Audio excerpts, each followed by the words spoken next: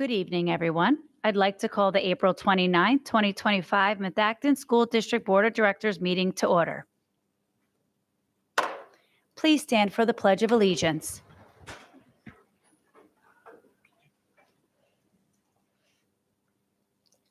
I pledge allegiance to the flag of the United States of America and to the republic for which it stands, one nation, under God, indivisible, with liberty and justice for all.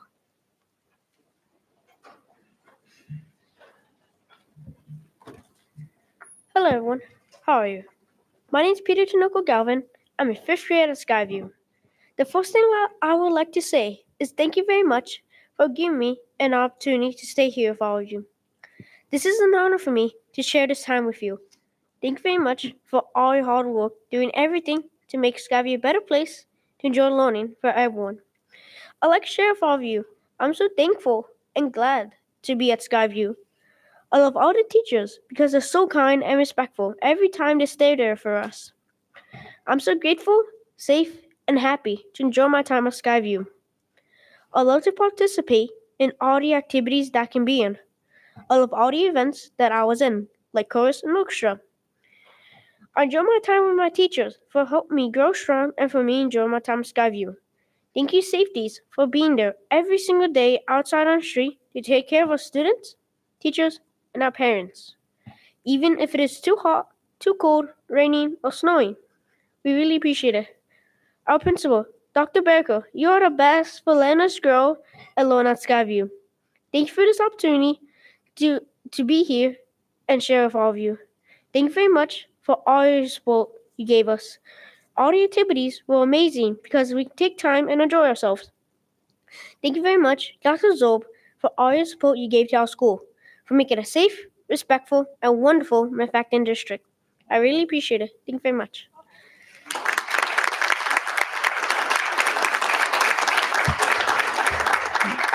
Tonight, I'd like to thank both the students here from Skyview. We have Cora Loth, who did the Pledge of Allegiance, and Peter Tinoco, who shared what he loves about Skyview. Thank you very much. And Madam President, let's issue the junior board certificates to our two students.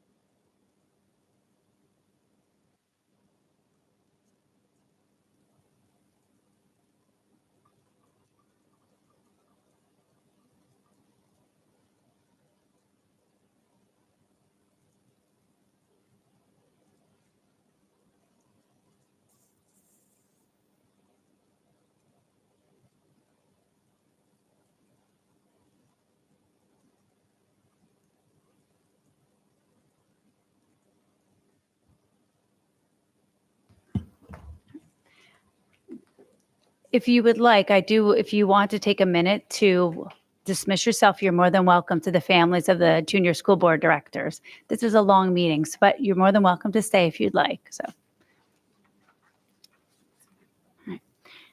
the public is hereby advised of the audio and video recording of this meeting for the purposes of rebroadcasting. All board members are present. Virtually, we have Ms. Thiel. Next on the agenda is guest and scheduled speakers with Dr. Zerbe. Thank you, Madam President. This evening, it gives me great honor to introduce Principal of Skyview Upper Elementary School, Dr. Nicole Baracle, who will recognize some outstanding individuals that have made our school community such a wonderful place to learn, live, and grow. Dr. Baracle.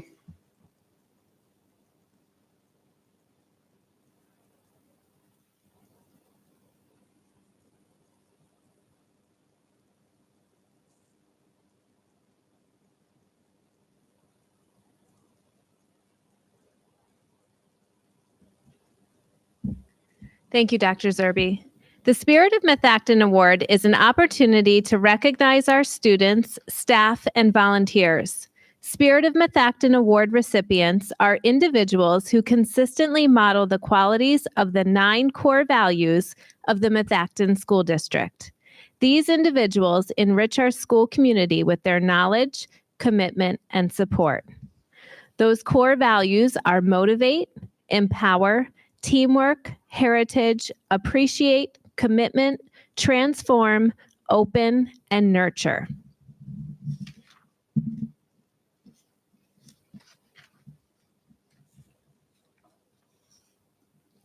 This year, we would like to recognize Ms. Hillary Craig, Mrs. Tanya Jones, Mrs. Emma, and Rachel Fitzgerald. Hillary Craig, who is a 6th grade teacher at Skyview. Ms. Craig is a dedicated educator who empowers every student to reach their full potential by fostering a supportive classroom. She goes above and beyond to build meaningful relationships, ensuring that each student feels valued and understood. Beyond her classroom, she actively contributes to our entire school community, leading student council and spearheading initiatives that make our school a better place for all students. Her passion, commitment, and unwavering support for students truly set her apart as a role model for both her peers and the young minds she inspires every day.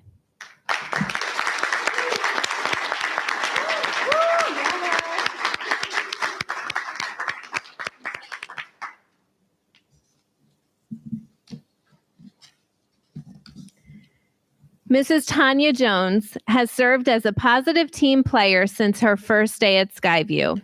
She quickly became immersed in the work of PBIS and supporting all students. You can often find Ms. Jones working directly with students at Skyview with a smile on her face. She goes above and beyond to support students with whatever they may need, and her genuine kindness and compassion are truly strengths. The relationships she has built with the students and staff at Skyview are meaningful and positive, and we are incredibly grateful that she is a part of our Skyview community.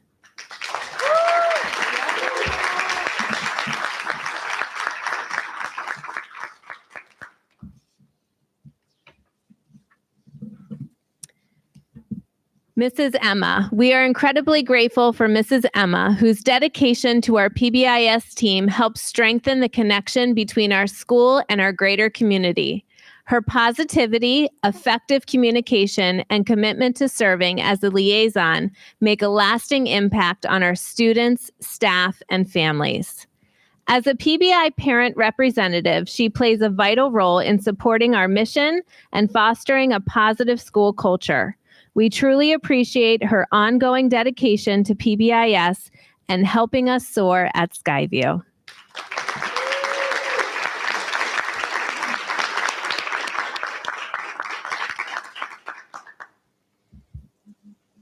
And our 6th grade student, Rachel Fitzgerald.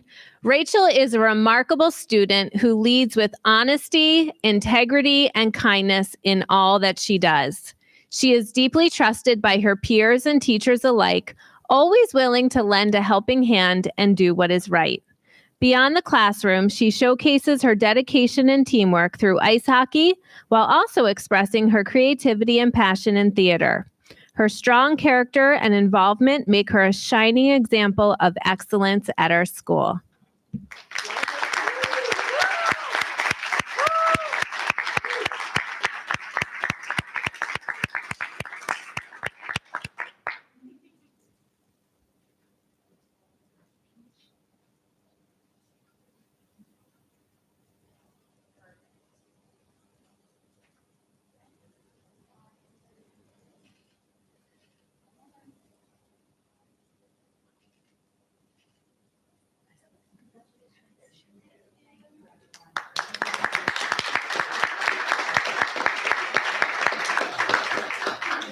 Way to go, Rach.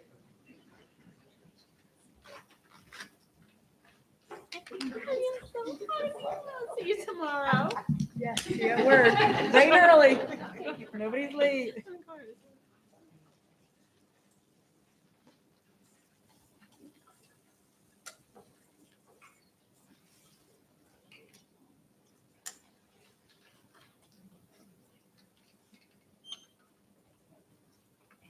For those that we just celebrated, you are more than welcome to excuse yourselves at this time. As you know, this is a long meeting, so go home and enjoy this beautiful weather. And thank you very much again, honestly. Thank you for all that you do.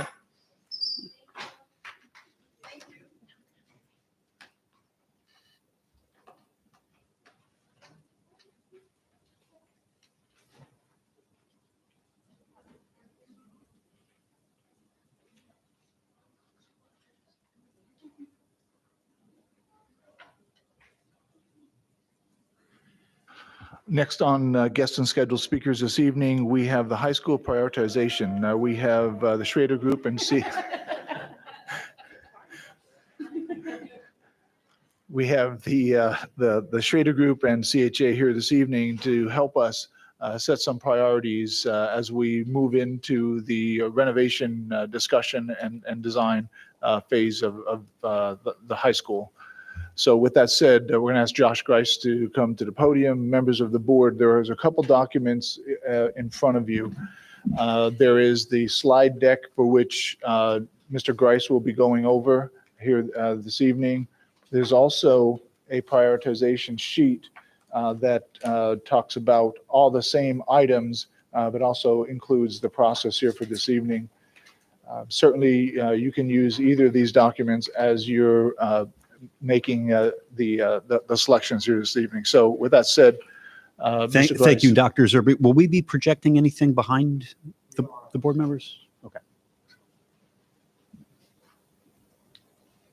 So good evening. While we're getting started, thank you. Tonight we have, I think you all know, Mr. David Schrader, and we've got Eric Weiss, who's on his team as well. Eric has been instrumental in providing a lot of the preliminary concepts and a lot of the beautiful images that you guys have seen throughout the process. So tonight, really, we're focusing again on the existing high school campus and the existing facility. Understanding, obviously, that budget is first and foremost in this process. We really are looking for some additional guidance and feedback from the school board to help us really develop the best options and look at the best opportunities within the existing facility to create a renovated facility or to provide improvements to this facility, again, within ultimately a board-defined budget. So again, this evening, we're going to take you through some initial priorities. I'm also going to briefly touch on what we're considering a baseline scope. In other words, these are infrastructure-related items that are necessary for the building to be replaced, upgraded in order to provide long-term support for the facility in whatever form it may take, with additional classrooms or repurposed rooms, those types of things. So with that said, if you guys want to just go through. So there will be 2 rounds of what we're calling the prioritization process. We're going to take you through a list of items. The board members, again, will provide their input on what they consider some top priorities. We'll do that for 2 rounds. And then using those results, it's really going to help us in Schrader Group, again, develop the key focal points for the main priorities. That's really going to help us drive the program with you guys, and again, also the budget. Okay, so I believe you guys have devices or some way of doing the prioritization. We're going to go through some results as quickly as we can. It might take some time in transition here to get some of the results up, but that's really the purpose of tonight. I'm going to take us through the slides. If you guys certainly have any questions, comments as we move along, we can address those throughout the process. Okay. I'm just going to ask a clarifying question. Do we want the members of the board making their selections as you're going through this process, or are you planning to present and then we're going to give them time after the presentation to do the selection? Yeah, I think we should go through all options, maybe to put some context around all of them as a whole, and then the board can have the opportunity to go back and provide their input on what they feel the priorities are. Okay. So again, under baseline scope, again, these are things that the facility is in need of repair, replacement. The life cycle for much of these items is at the end, or in some cases even past the end of a typical life cycle. So when we say building envelope, we're talking about what keeps the building warm, dry, right? So we're talking about roof replacements. There may be some areas of masonry facade components that need to be repaired or replaced. We'll take a key look at masonry flashings and things that really keep the envelope watertight and airtight. If there are opportunities for more efficient exterior window systems, we'll certainly look at that as well. There may be some, energy savings or some need for replacement of exterior windows. Next. HVAC system replacement. Obviously, this has been in the forefront of many discussions regarding this facility. So we will plan to replace the classroom unit ventilators. We'll look at the central plant equipment, which is the main chillers and boilers, providing the hot and chilled water throughout the building. The ATC, the building control system, which is the brains behind how the components operate, would look to be replaced. And any improvements that can be made to both outdoor air ventilation and the implementation of dehumidification. Obviously, that's really key for providing a safe and healthy indoor air quality environment. So we'll be looking at implementing those types of improvements as well. Next. Electrical systems, obviously there are newer technologies related to lighting. In many cases, there might still be fluorescent-based lighting throughout the building. We would look to upgrade to LED lighting. Distribution equipment, which is your main switchboards, transformers, everything that provides the power out throughout the rest of the building, would look to be replaced, again, if it's within that life cycle timeframe where it's due for replacement. Improvements to the fire alarm system, data distribution, Wi-Fi, all of those types of things would be considered under the baseline scope of improvements. Next. Same with plumbing systems. So again, this theme is really, it's the core infrastructure, the core systems that are supporting the entire building. We would be looking at fixture replacements. If it's a water efficiency issue, if it's an ADA issue, maybe the fixtures are not entirely compliant or could be improved in compliance. We would look to replace those types of fixtures. We'd also survey the underground existing piping. We certainly don't want to provide a new finishes in a newly refreshing building if some of the infrastructure is in need of replacement that is not visible. So we'd certainly take a look at the piping under slab as well. Domestic hot water components, your hot water heaters, the things that we know from being homeowners and building operators are under a life cycle timeframe. We'd also look at those components.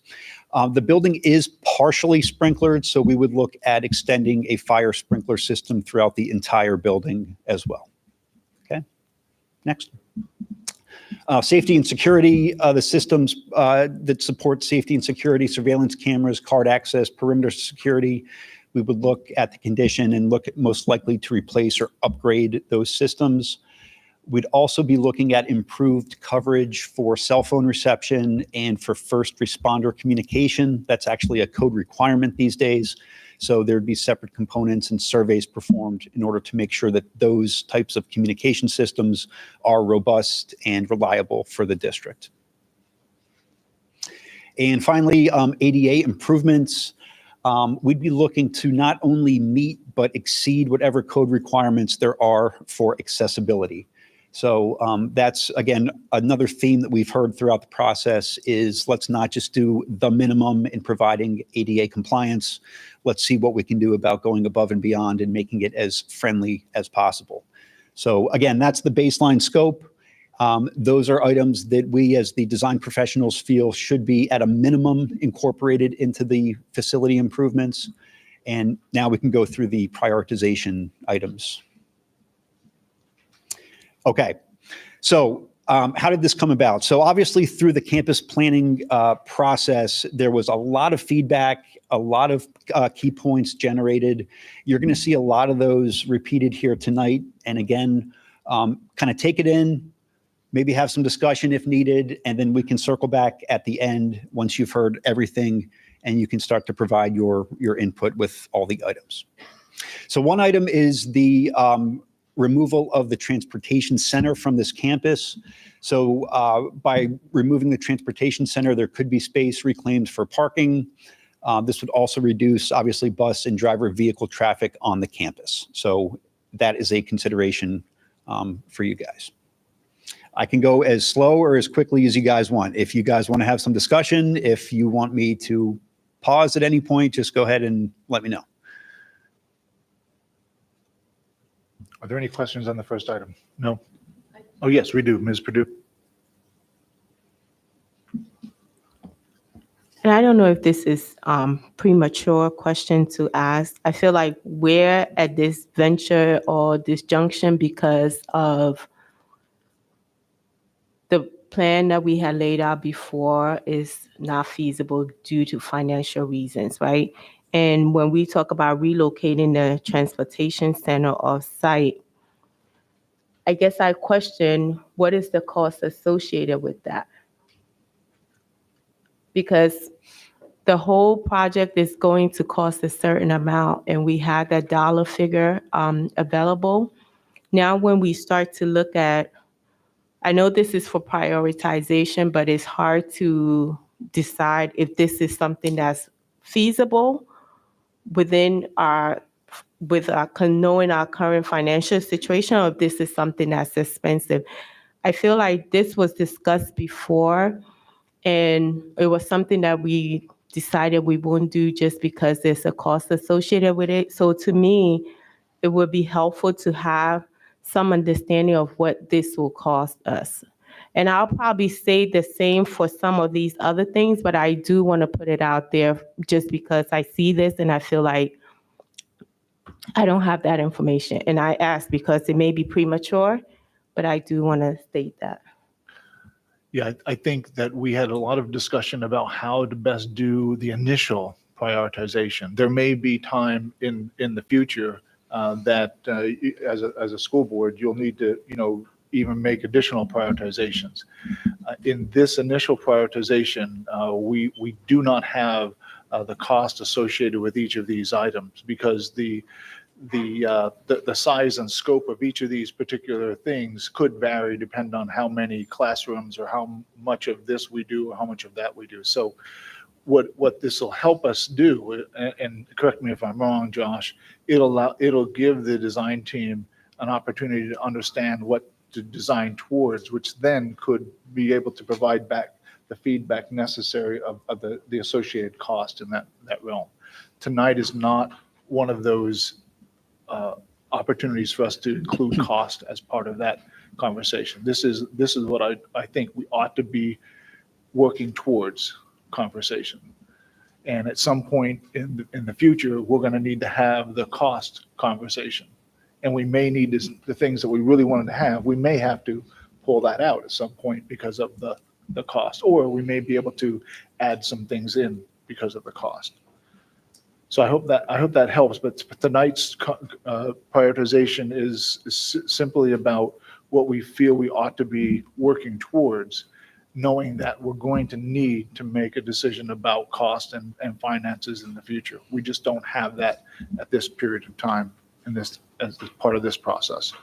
And that's understandable. I just really don't I don't know how we have this list here with some of these items that I'm sure is going to require, there's a cost value associated with it. So if we all selected that it makes sense for us to relocate the transportation center off site, and then later on down the line, we come down to do the cost analysis, and it put us in a position where when we talk about new construction, and we're at that price tag or more, what is the value in doing this when we may be in a position where so then at this point, we're going to end up having to remove some of these things. I understand. I just don't feel the sequence of order is where I imagine it will be. I just want to state that out and be transparent.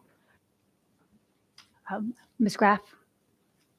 Yeah, I think when we were talking about this approach, one of the reasons that we wanted to get the board's priorities was so that our engineer doesn't have to give us a price for each of these individual things, because there's quite a few things on here. So for example, if the board does not have an appetite or desire to create a fab lab, then it's a waste of our money to have the engineering team give us a price for that item. And then for us later to say that's not on our priority list. So the first step was to reduce the list to a manageable number of things based on what the board feels are the priorities, and then get some cost estimate information, and then come back and have another discussion. Because I think, to your point, there is going to be a second conversation that says, you know, we only have this much money, and the things we have on our top 10 list are more or less than that. And we have to balance those things out at that point. So I think this is really a matter of what can we take off the list, more so than what can we definitely do, if that makes sense. Any other comments? All right, then we could, oh, sorry, yes. Great, thanks for this. Just one quick question. And I think I know the answer, but I just want to clarify. When we talk, this is high level, right? There's at no point is there a discussion that if we were to move it, transportation could go here. That has not ever happened, and that would have to be explored, right? But the concept is, should we consider moving the transportation so we can get that parking area back, right? Am I understanding that? And did I ask that clearly? That is correct, Ms. Thiel. Okay, thank you. Okay, thank you. Okay, so if you remember from the prior study with a new facility, one of the considerations was whether to maintain the Farina administration space on campus or within the building. Similarly, with this renovation type project, that would still be a consideration, whether a central admin is better off, better serving the district on site that we need to provide space and parking for, or is there consideration to move that facility off-site?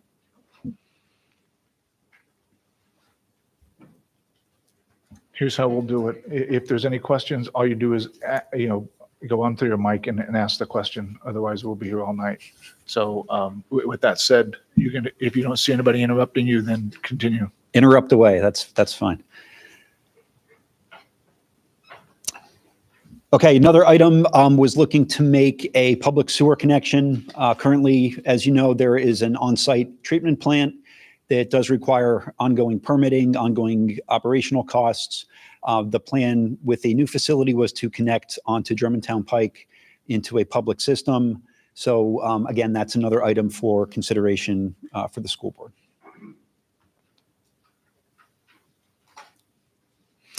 Okay, similar to HVAC, I think this is a major topic of conversation. Typically, that's the improvement of traffic flow, especially at the arrival dismissal times. What can we do to improve entrances, traffic patterns, maybe additional queuing space or parking, all of the items related to the congestion and the circulation of traffic on site.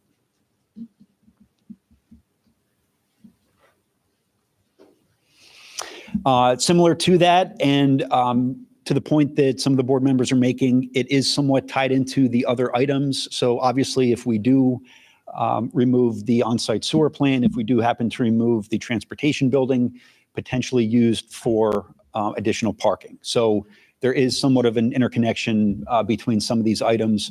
So essentially, this is a pretty simple heading: increase parking. We need to increase the parking number on site. Is that a major priority for the district? I'm so sorry.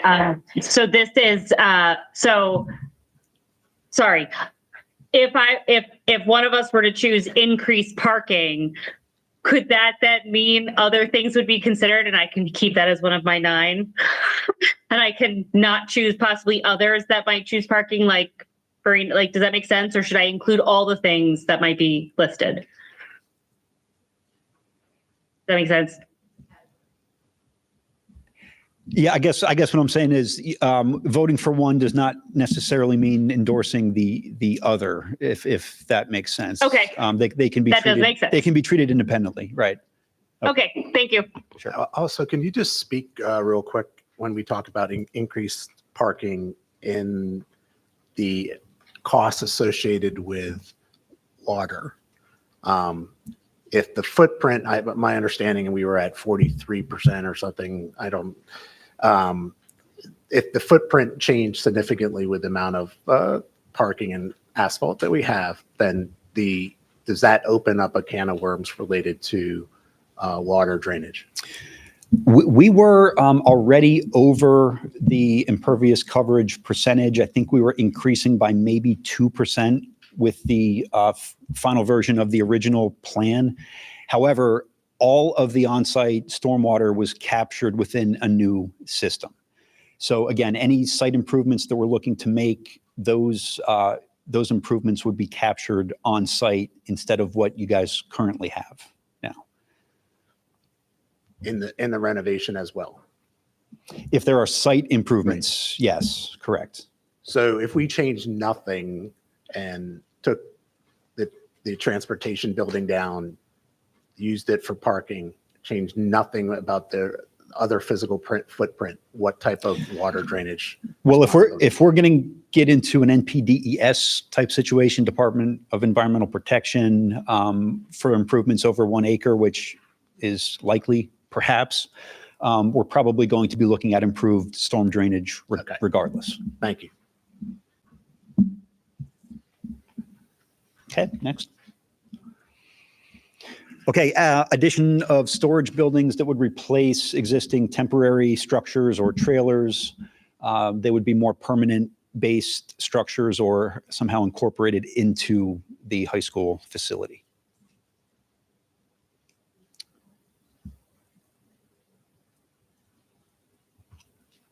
Can I just ask, in reference to the storage areas, what are we currently maintaining in the existing trailers? And is this something that we're looking to, with the addition or adding storage buildings, are we looking to bring in the same amount?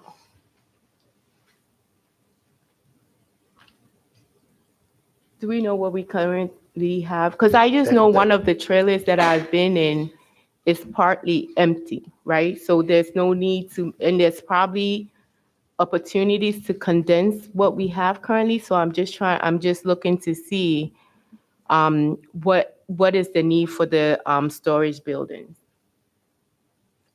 I don't think we have a square footage associated with this. I would say at the minimum, it would be taking care of all the storage needs that we currently have, not necessarily building beyond that, but removing the sheds and the other ancillary buildings that we have stored machines and materials. Thank you. Okay, next. Okay, so separation of public spaces from classroom spaces. This really kind of ties into a little bit of safety, security, building circulation. It would be nice to have areas that are easily cordoned off or separated from public use versus more traditional student use. So if you remember from a new type scenario, that was kind of a key point in having some public spaces up front and being able to then separate or secure off the other classroom areas. So for a facility, existing facility, is that an important thing to try to incorporate as we look at possible opportunities with floor plan within the existing structure? Next. Another item has been the internal traffic flow throughout the building. Unfortunately, some of that is kind of set based on the footprint, the sprawling footprint of the building as it is. But again, we're looking for opportunities that may exist within the existing building or existing surrounding area. Can we improve pedestrian circulation and class change times throughout the building? Next. Addition of natural light, whether that be addition of skylights or enlargement of exterior windows to bring in more natural light into learning spaces, offices, is that heading, again, a priority for the district? Next. Update interior architectural finishes. Now, this is something that may seem fairly evident to the district. I guess the extent of that would have to be discussed in terms of flooring replacements, most likely looking at the baseline scope of work that's being proposed. Acoustical ceilings, which are the drop ceilings, so to speak, would be replaced. But we're also looking at other architectural finishes. If there is ceramic tile, glazed tile, other floor finishes, is it a priority to bring the entire facility up into a more refreshed appearance and more consistent appearance? Next. So for the natatorium, we have two concepts for consideration. One would be a renovation of the existing space, which, as you know, contains a 6-lane pool. There are difficulties with ADA accessibility, especially within the spectator area and the facilities within the natatorium. So again, one concept would be renovation in place with that 6-lane size pool. And next. Conversely, would there be a new natatorium facility created with 8-lane pool, perhaps a larger pool, obviously increased circulation for spectators and student athletes?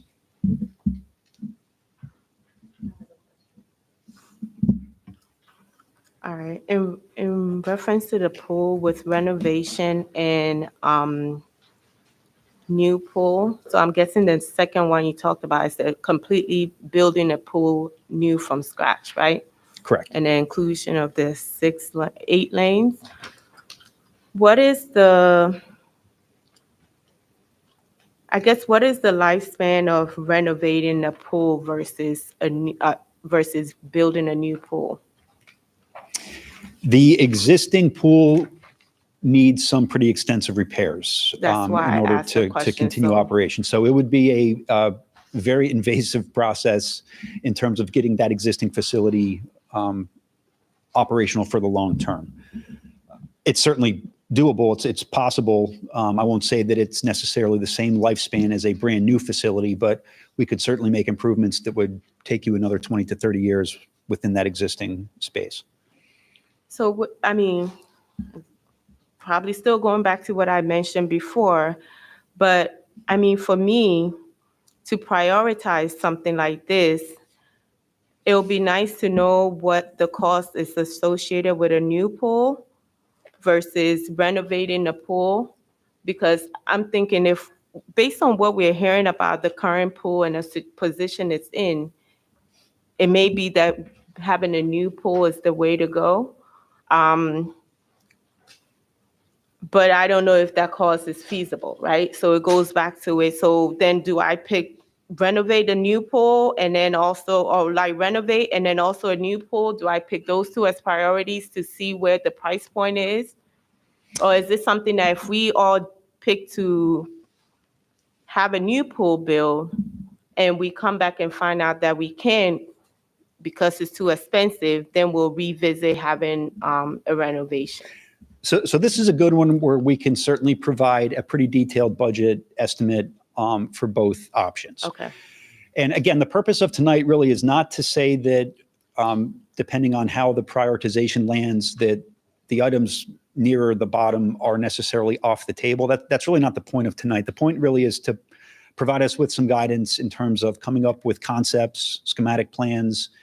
And again, it all comes back to budget, because we just need to understand how much of this building can we recreate in space in its current environment, or what may need to be partially demolished, rebuilt. So, again, it's not that we want to take anything off the table completely tonight. We just need a little bit of guidance along the way. As Dr. Zerbe said, we're going to have ongoing conversations over the next several months about options, about prioritizations. And if the board needs some more detailed feedback or budgeting for specific components, we're happy to do that for you guys if it helps ultimately make that determination. That's fine. You answered my question. My question was just that, is there opportunity to have information on what that will be? Sure. It sounds like we will eventually. Thank you. I have a question. So following up on what Ms. Purdue, where Ms. Purdue was going, because I don't disagree with any of her comments tonight. But specifically I understand what we're doing, but I just wanted to say that I agree with her comments with regards to budgetary numbers. I find this difficult too. But with the pool, to me, it's almost 3 options. Not that it needs to be on the slide, but with the 6-lane pool where it's currently housed, it's my understanding that there's a cost to fixing it. You could put in a new pool to replace that pool, right? Isn't that 2 different options in that space potentially?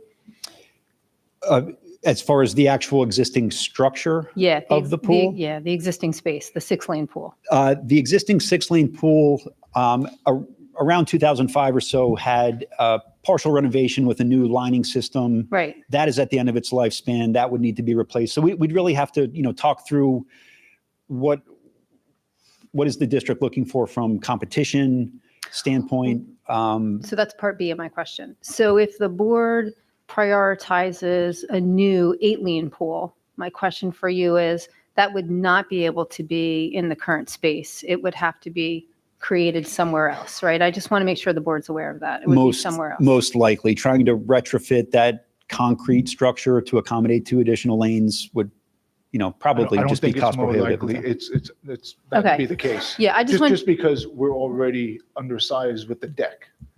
Yes, and I know that. I knew the answer. I just wanted to make sure everybody on the board was on the same page, because we talked about that in the property committee meeting. Okay, thank you. Okay. All right, next.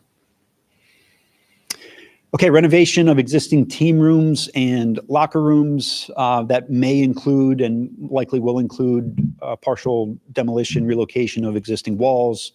Obviously, the facilities supporting the team rooms and locker rooms. Is that a high priority item for the board? And just to clarify, on the team rooms and the locker rooms, this renovation is really it would include plumbing change outs to upgrade to current locker room standards, what we typically see in locker rooms today versus the 1960, 70 locker room designs that we currently have. Is that what we're talking about?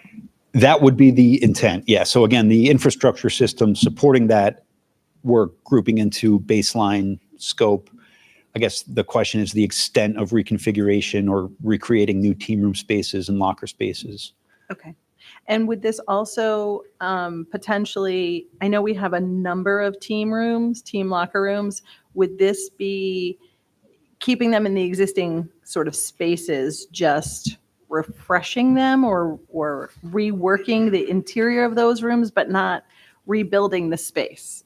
Do you understand my question? Structurally, it'll be the same space, just an interior rework versus reworking that whole side of the building where there's all the. So again, if we see opportunities as we're going through the process that we can say, hey, it really makes sense if we relocate this team room here. We're planning on disturbing this area anyway. Why don't we shift this here and maybe put another program where it currently stands? So, but yeah, essentially for tonight, you can think of it as evaluating. Think of it as keeping them in place, interior building renovation. Yes. Okay. Okay, next. All right, creation of a fitness and wellness center that would include weight equipment, aerobic equipment, and could potentially used for staff as well as students and athletes. Is that type of wellness program or room a priority?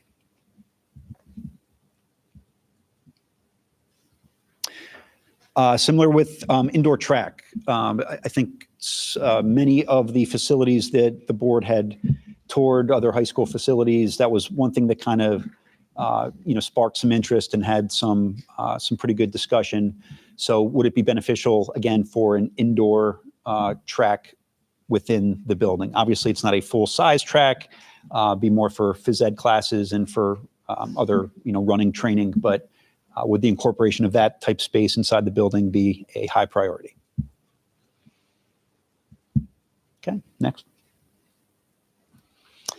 Creation of a life skills apartment transition space. So that would help those students with independent living skills that would then help them transition post high school. Next.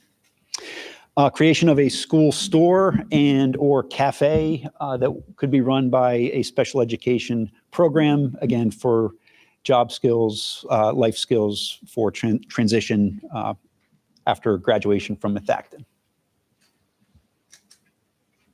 Next. Reconfiguration of nurse and counseling spaces and the creation of a career center. We are, looking into possible relocations or reconfigurations of some administrative spaces, but specifically for nurse and counseling, would the creation of a career center be beneficial? Next. Creation of a STEAM center. So this basically would be a suite of common theme technology type classrooms supporting science, technology, engineering, arts, mathematics. Would a common building location that would promote some collaboration and crosstalk between classes, is that a priority?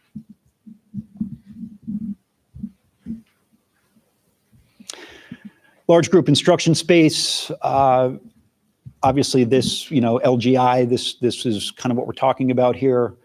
Seating for approximately 100, these types of spaces. And I don't know if necessarily it's the addition of more so than just supporting large group type spaces within the footprint.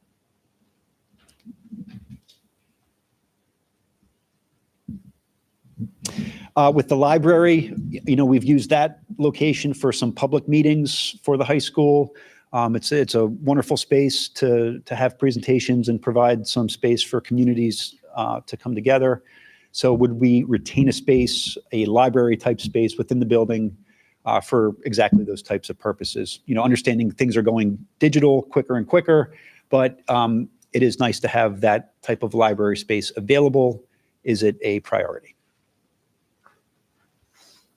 Next. Creation of a fab lab, so fabrication technology. Again, I think that's another topic that we've spoken about several times, is a creation of something supporting the robotics and some of the STEAM-related curriculum. Is a creation of a fab lab also a priority within the district? Okay, similar to the natatorium, we have kind of two options with the auditorium. One would be a renovation in place.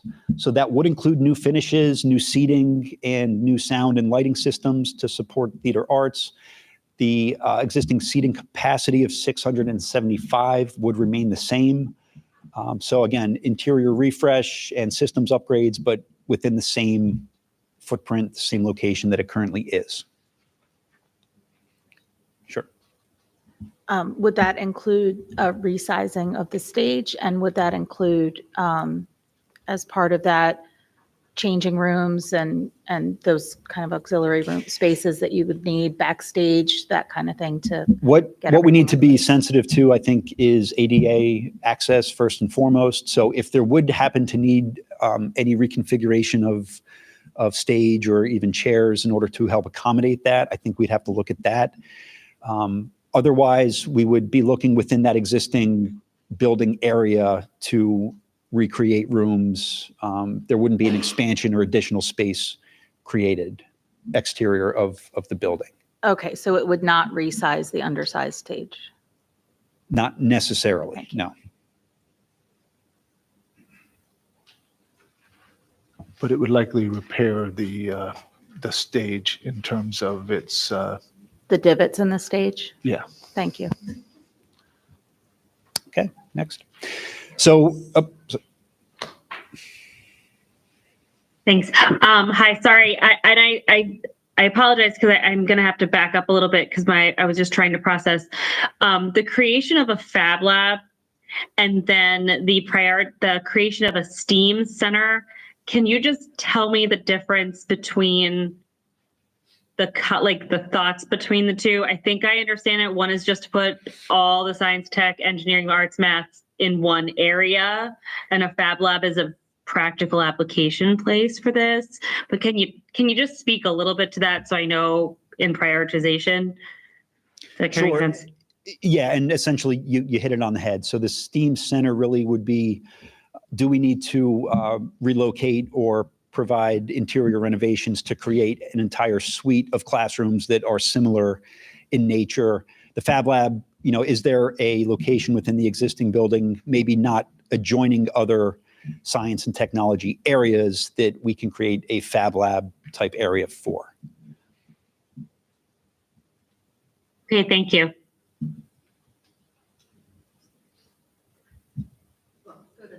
Okay.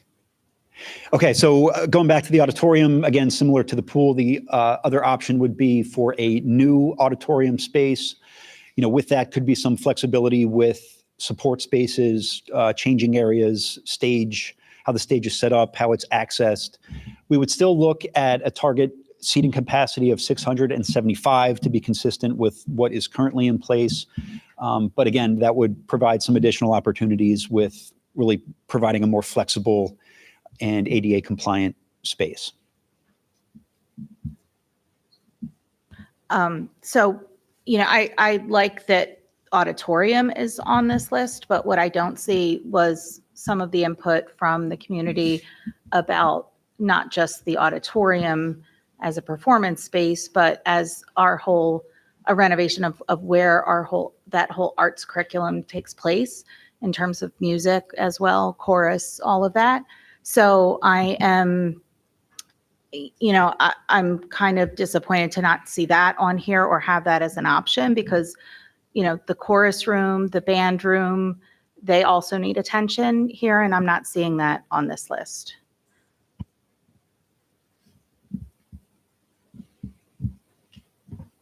Could we potentially incorporate those room areas into this build new auditorium? If we wanted to, if the board agreed that that's what we are talking about with that item? Perhaps, or we could maybe call an audible. Eric, I don't know, are we able to change? Can we add another line item? Are we able to add anything at this point to that? If that's the preference of the board, we can certainly add that at the end. I don't know which Ms. Elston would prefer, whether we wrap it into the auditorium line item or we create a separate line item that would say, create art, theater, band, music, programming space. Well, to me, they are include- separate items, because I believe that, when I think of the auditorium, I think of that as a performance space. When I think of the associated rooms where rehearsals take place for band, chorus, drama, like all of that, dance, all those rehearsals taking place for the performances that will be held in the auditorium, to me, that's curricular. To me, that's core to what we're trying to accomplish as a district. So I think it's quite appropriate for it to be a separate item. Okay. To prioritize those arts. Yeah. Okay, thank you for those comments. Next. Okay, so in the original portion of the building especially, there are several classrooms, I think about 6 or 8 at least, that are undersized. So PDE does have a standard of 660 square feet in order to provide what they call FTE or capacity. So we would be looking to not only just meet that 660, but actually create rooms that are about 850 square feet, which would be more appropriate for high school instruction. So again, that would be for addressing any of the existing typical classrooms that are undersized and getting them into a more consistent size for the rest of the building. If you're going through a rehab, is there a requirement of PDE to address this or not? No, but you won't get capacity for No, those. but there's not a legal requirement to get these to code or whatever recommendation, I guess. Not at the moment, no. How many classrooms did you say are under the 660? I believe it's 6 to 8. They're mostly. Are they in that front hallway? They're mostly in the portion of the building outside of the auditorium, both on the first and second floor of kind of that western or end of that original building. Okay. But that's it? I'm just surprised that I would have thought there'd be more. That's all. There may be some spaces that are used for individual instruction or small group instruction, but Okay. if we're talking typical The ones classroom used space. as classrooms, there's 6 to 8. Right. Okay, thank you. Okay.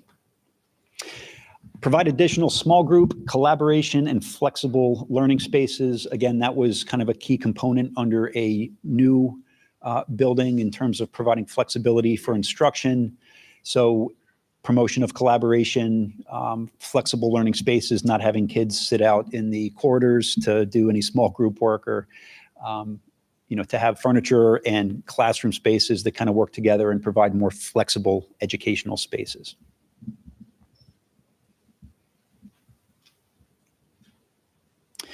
Creation of teacher planning centers. This again was a topic that was briefly discussed under a new build situation. So what that essentially would do is provide a common office area for teachers. They would not necessarily have their own individual classroom in that case. In fact, that's kind of the point. There would be savings in square footage with the integration of teacher planning centers. We've heard comments and had, I think, pretty good discussion a few times about this topic, but we're again putting it on the board for consideration. Again, because it affects square footage, it could ultimately impact budgeting and cost of renovation or additional areas. So it's back for consideration tonight.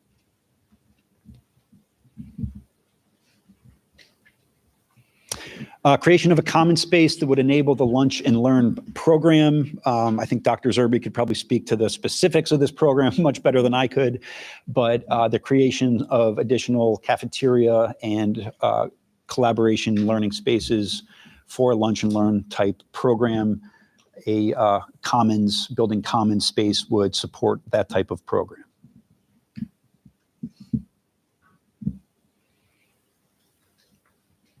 Okay, retain courtyard and outdoor learning spaces. That again was a focal point, not only for some educational opportunities of instruction outside, but really also for building circulation.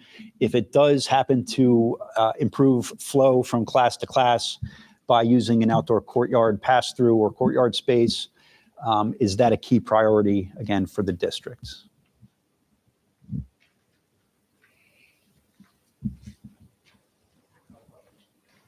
Okay, and I guess the last one would be our music and choral and band suite improvements.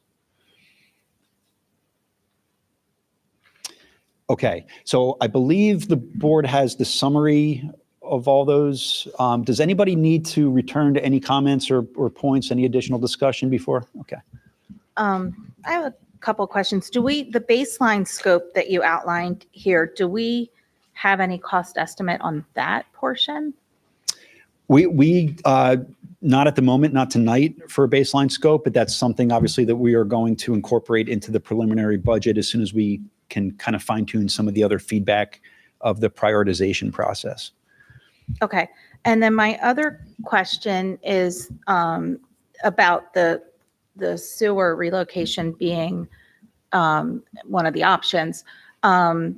Because that really was included as a default in every scenario that we looked at for the new build. And then we did receive a detailed presentation from Dr. Sorgini about the importance and the rationale to move that. So I wonder if that should be included in the baseline scope. I just, we seem to be putting it as a baseline item almost in everything that we were talking about. So I'm just instead of using one of our items, it seems like that should be a no-brainer almost.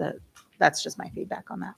I appreciate the feedback. I think many people had, including many of the administrators, thought that to be the case. But if you recall, when we were discussing about how to proceed forward with the potential renovation, we gave you a cost estimate of what that was going to cost. And Dr. Sorgini, I don't mean to put you on the spot, but I can't remember the number, but it was very high. $2.5 to $3 million.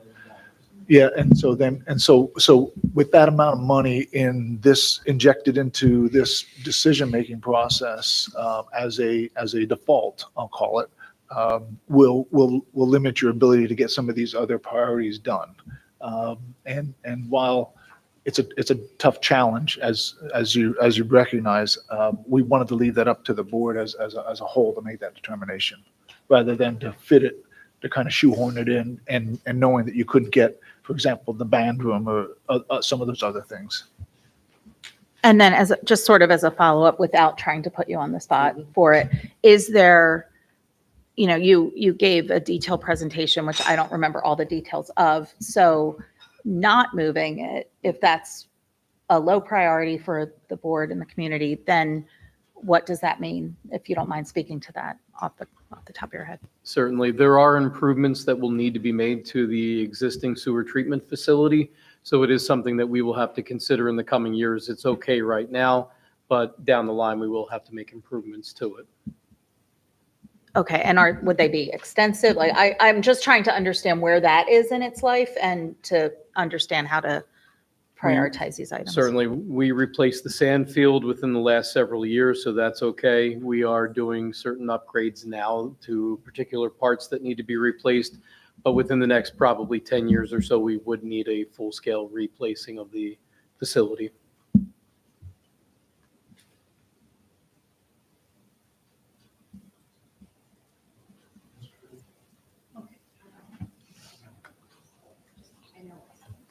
I have two questions. Addition of natural light windows. Can you explain that part? Just because I'm just thinking, I know we're not doing, this is all for renovation.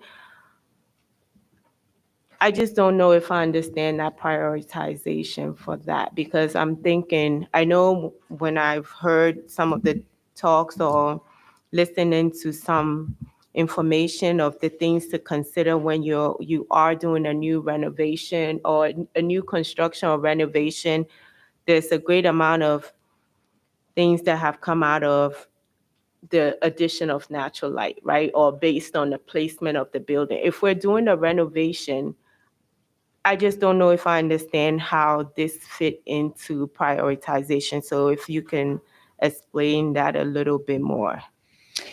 So one room in particular that jumps out to me from previous walkthroughs was an art studio that I think was landlocked in this side of the building out here. And, really, I think the feedback was it's not a very inspirational space, especially for art. So, we'd be looking at opportunities, especially with a re-roofing type situation.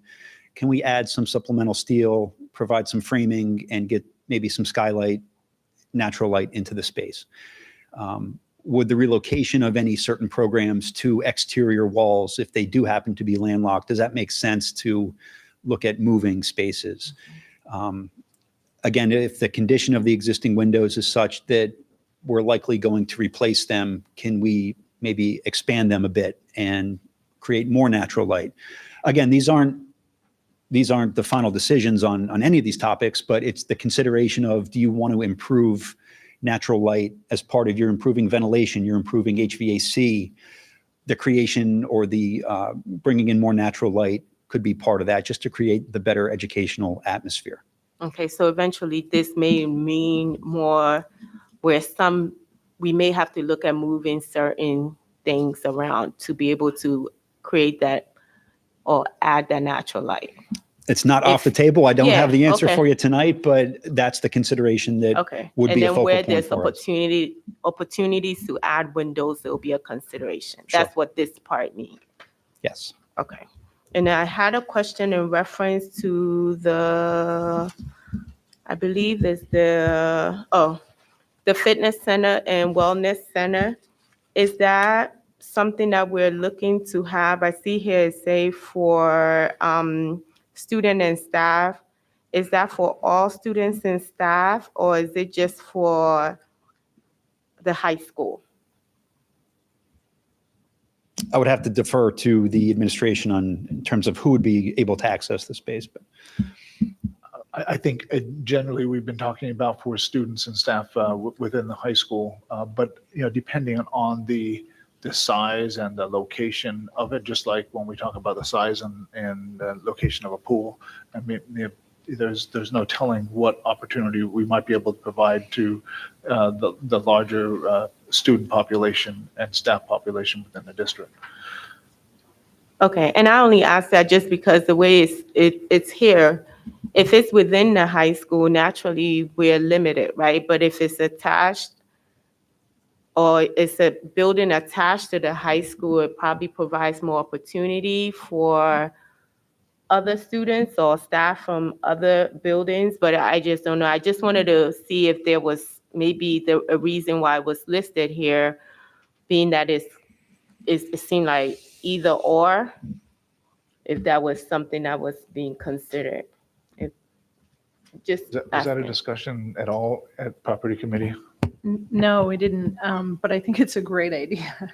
I mean, I guess my thinking is, if that becomes a priority item, I would love for you guys to come back to us with ideas like this so that the board can say, yes, we would pay a little more to get an outside entrance to that wellness center so that it could be used for community use, or all the teachers in the district could use it. Something like that. I think I would just put that back on our engineering team to bring us those amazing ideas. Okay, thank you. You're welcome. I just want to pick up on a couple of things that Ms. Purdue was asking and your response about windows, when you're talking about replacing windows. So as part of this, are we basically, I don't know what kind of shape the existing windows are. So are we looking at a need to pretty much replace all the windows here, or just where we're working, or? We haven't gotten there yet, but that would be part of the assessment. I referenced the masonry facade components early on as part of the baseline scope. A building of this age, especially the original building, we'd really have to take a close look at brick and flashing conditions to see if any windows or finishes on the inside have been impacted by weather. So I can't definitively say we're definitely replacing these windows. We're not replacing these windows at the moment, but more than likely, if we're looking at a complete refresh, windows are typically considered as part of that. Okay. And then going back to the fitness and wellness centers, Ms. Purdue was asking about, is that it's in here where it's talking about also team rooms and indoor track, and it's kind of bundled in with the athletic renovations. So is the intention for it to be a training room or an actual fitness wellness room? Is the targeted student body for that the athletes, or is it all? So when we were doing the initial tours, we were seeing locations, for example, State College. Those of you who were on that tour, there were all sorts of use in terms of weight use as well as aerobic use, and athletes and non-athletes and adults in there.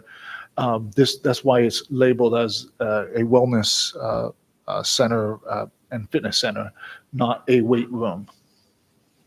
Okay, thank you.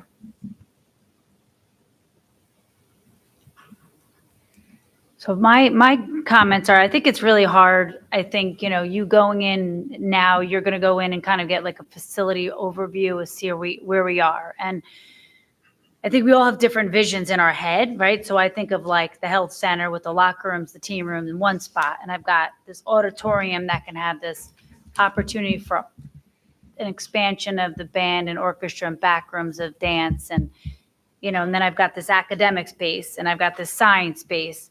So I think the hardest part is knowing if there was an additional build that would happen, is there opportunity that we could do one area or two areas of building, right? So if in my mind, of course, there's this auditorium rebuild that needs to be done. There's a pool that needs to be done. And there's a health center that needs to be built. So there's like these three additions. So that's in my brain. And I think the other spaces could get reworked. So I think it's a tough task to do, because I think I'm just visioning different ways that we could do the renovations with partial build. So I do think, like, as you take this prioritization and you go to the building and you see that we really need to move the pool, we need to know that and make sure that we have to maybe look at it as a different space expansion, and then we can't do the auditorium. And the auditorium has to kind of be rebuilt. So I do think there's that. But as far as the other section I'm looking at, I'm just talking out loud, is like there's this parking happening. The administration building, if we take that off, we can knock down the Farina and have more additional parking, right? So we're all going to go through these different scenarios of what we think could be done.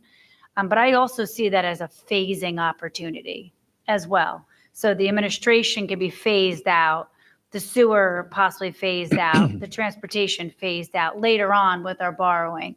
So the way I'm just looking at, I'm just sharing it to you all, is that I'm looking at this health center, this arts, the science, the pool, and the academic as my focus.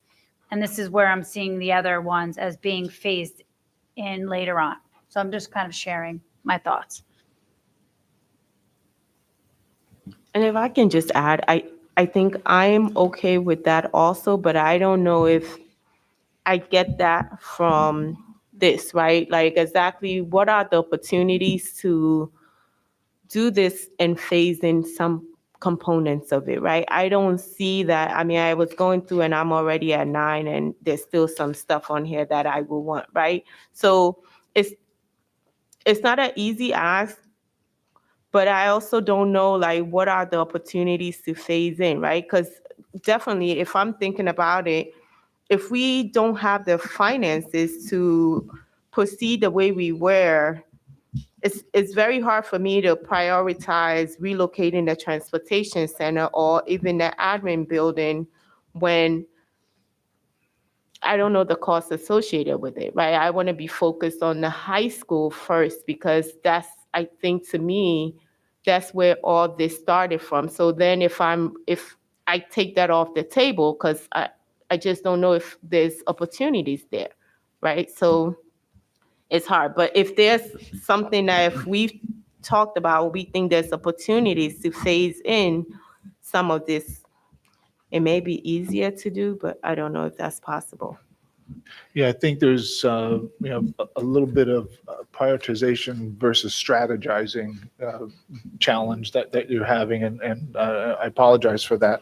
What I want to really just kind of focus back in on is if we could, is we're trying to kind of just get a general direction of the things that are important, or actually that are more important than maybe others, so that as we're creating these options and the strategizing how to best leverage our dollars to get the best bang for our buck, we can try to meet not only some of these items in priority 1 or in priority 2, but the way the instructions read, it says items receiving no votes, while they'll be discarded initially, these items may be reintroduced if and when the budget will allow. So just because we're making a priority and some things don't make the list, that doesn't mean that they're off the table. It just means that the team that's helping, create the vision forward based on those priorities isn't using those as the top levers to say, hey, we're going to get this done. So I think everything, is fluid as part of this process. It's just a general direction. So I understand your struggle between not having the cost. I understand your struggle between the strategy of how to get to the end result, but give us an opportunity to take these priorities and let the team come back with that. We may need to re-strategize several times through this whole entire process. So I hope that's helpful, but please know that your work tonight does not end the conversation going forward. Ms. Clary. So I don't disagree with what you said, but when I heard Ms. Kanko and Ms. Perdue talk about phasing, I do get a little nervous because whatever that budget number is going to be, my understanding is like that's a bucket of money that has to last us for not just this project, but the other things that we have to do at our other facilities. And we do have some other things that we definitely have to do and soon. So when I hear, some of these items, maybe we could phase them in later. I'm not so sure we don't have the numbers, but I'm not so sure that's the case anytime soon. Like we may be stuck with a number for like the next 10 years. I mean, I'm just talking off the top of my head because we don't have the information yet, so I don't want the board to necessarily say to yourselves, okay, well, maybe we can do that in the next 3 years. I'm not so sure that's going to be the case. And I feel like we all do need to really look at all of these things and look at what we do think is important. So I don't know. I'm focused on the money again. I hear what you're saying, Dr. Zerby. It is hard. It would be nice if we could face things. I'm just not sure that that's Yeah, and a reality. I'm not suggesting that we can or we can't. I'm saying that, what we need from you this evening is, it's a hard ask to help us put the most important things first in the forefront that give us some direction. And knowing that all these other things can come along if and when they are able to, if they are able to. So it's an if and when, which means it could be 10 years out, it could be 15 years out, or it could be within 3 years. And it's if we're financially able to do it. So, but this team can't, I don't think it's reasonable. And then that's why we're doing the prioritization. And Ms. Graff, you can, chime in on this, but the reason we're doing the prioritization is we can't assume that everything that we were gonna get in the new plan, the last one that was presented to us from the team, for a less amount of money in what's just now called a renovation. And with that is the reason why we're doing the prioritization. Yeah, and maybe that's right. And that's sort of the point is, if we want everything on the list, we need to build a new high school. And that's $220 million, right? Last time I checked. And we don't have the money, so some things are gonna have to come off the list. Now, not necessarily as a result of what happens here tonight, but over time, we're gonna have to make decisions about what we can keep and do and what we can't. And I think that's sort of what we want to try to get the first step along that path. And there may be horse trading that happens later, because if we build a new auditorium, we could use the existing auditorium to become something else that we want, and that doesn't cost us a lot more money. And so that gets us two things that we wanted. Or, if you renovate and build a new pool, then the existing pool becomes something else that you can get on the list that wasn't on the top 10 list or the top 15 items or whatever it was. So there may be ways for us to work things together, but until we have some ideas of where we're going, it's really hard for you guys to design anything for us, and except a brand new high school that includes everything on the list, from what I understand. So I think that was the point for tonight, was really just to try to identify what is really important to the board. What are the core things that, when you think about the high school, what are the things that you think are must do, must have, not worth spending the money if we don't have this? Is it a new 8-lane pool? Is it a STEM center? Is it, getting the arts program where it needs to be in terms of the space? Is it having classrooms that have light and airy spaces for our kids to be in? I don't know. But whatever those core things are to you, that's what we need to talk about tonight. That's what we should be, choosing tonight to at least get us at least some information. This is really informationable about what the board sees as important. I would suggest we just do it. At this point, this is the process we've taken. This is as good as any. We're publicly explaining what we like and what we don't like. So let's go through the 9 and go through the second phase here. And that's fine. The questions I'm asking also, because I do want people like our public and our community, because they were part of this process, to be able to understand why some of these things are on here and why we are prioritizing it this way, and just an understanding of what it means, what certain buckets of things mean, right? I'll go back to when we talk about the wellness center or the fitness center. So now it's something that is something that's only for the high school, something that's for the community and everything else. But I look at something like the library space, where if we're retaining the current library space within the building, why is that priority on here? I expect that at this high school, we're going to have a library, right? And we're retaining it. So to me, is that needed on here? Is someone picking that? Or do that mean if that's not picked, it's no longer an item on here? So I also think, and I understand the goal we're tasked with, but I just think some of these items are not even necessary to be on here when we're thinking about prioritization. But I do want to ask the question so people are aware of the items that are on the list and what the assumptions are behind it. So that's why I asked the questions to clarify. No, we appreciate the questions for clarity. I mean, I want you to be comfortable, picking your priority items. But I'm talking about strategy of how to get to the end result versus prioritization. I think those are two different things, and the experts are standing up there to help us with that strategy. And just two comments, not specifically related to this task in front of us, but picking up on what Ms. Purdue was talking about, but what the community's perception was of priorities. Are we then going back out to the community to hear their priorities? Are we then introducing these ideas and getting the feedback and hearing from the community like we did before? Or is it that we already heard from the community and we understand what the priorities are and now we're paring them down from the list that we know they chose? I think it's the second because, Okay. There's nothing on this list that has been added from the original new construction that came from the community groups. Okay. And then my second comment is about, we toured several new builds.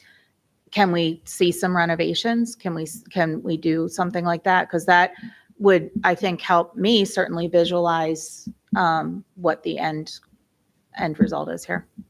We certainly can do that. We did, as part of our tour, we did tour, I believe, a renovated high school.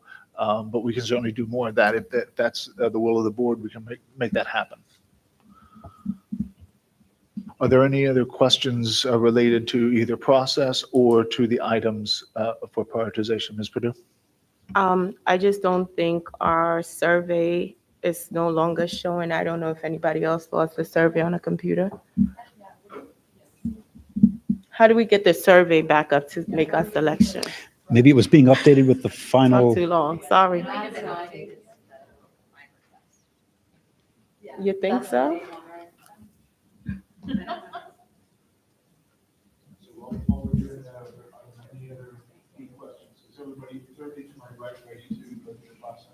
Thank you. Everyone to my left, able to get there. Thank you so much. Thank you for the conversation.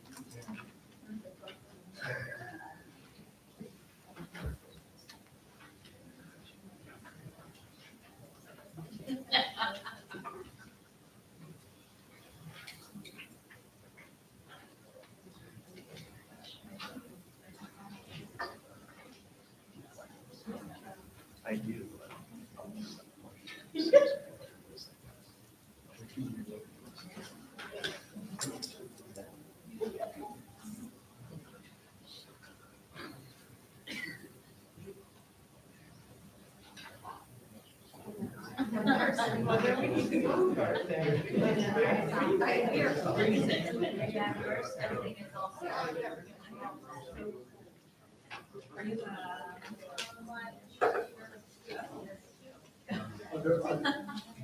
Are there any further instructions for the members of the board at this time? So we're asking them now to go through the list online on the Chromebook and select your 9 top priorities. And then when this calculates up, those items that all have 5 that have 5 selections to them will go into the priority 1 list. And then we will remove those items and we will then have you do round 2. So just, if you finish, just be patient, sit patiently until everyone's done. And Dr. Regina, you're monitoring Ms. Thiel to make sure she got what she needs. Okay.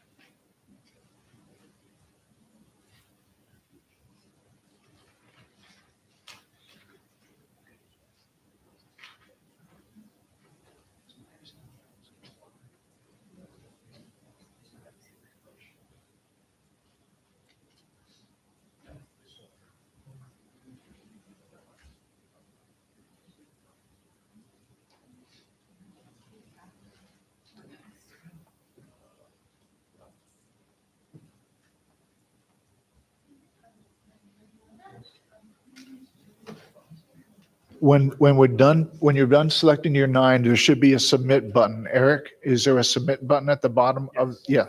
So when you have your 9, click submit, and then please sit patiently until everyone's submitted theirs.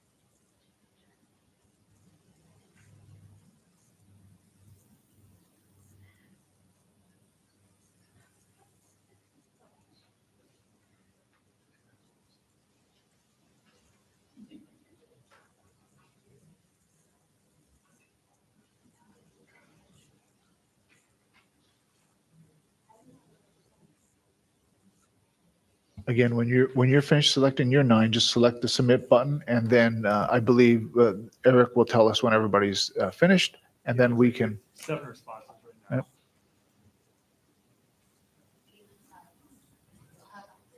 She has access.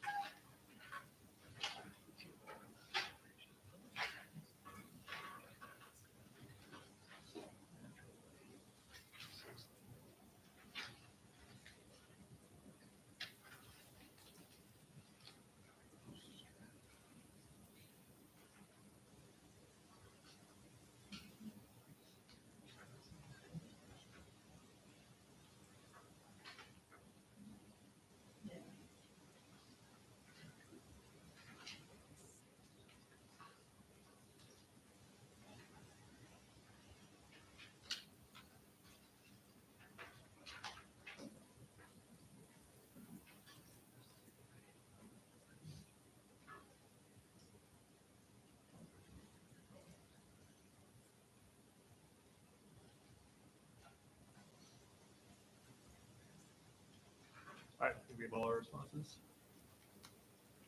Go ahead and close that poll. Do we want to run through these now or wait till the end? I think we should announce what those that have received 5 votes so that we can just make it clear on the record.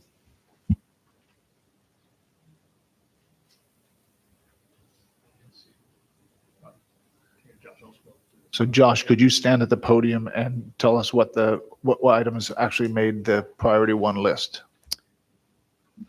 Absolutely. Okay, so we're looking for what, Eric, minimum 5 it was. Okay, so the first item hitting the 5 mark was improve traffic flow to eliminate congestion and car traffic.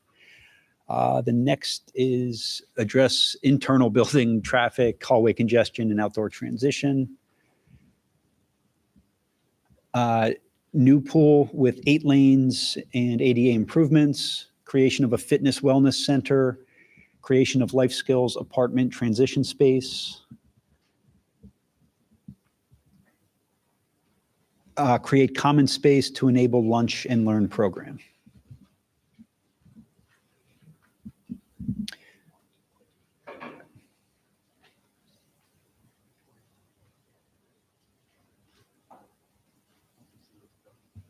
Mr. Grice, the first one you mentioned was improved traffic flow.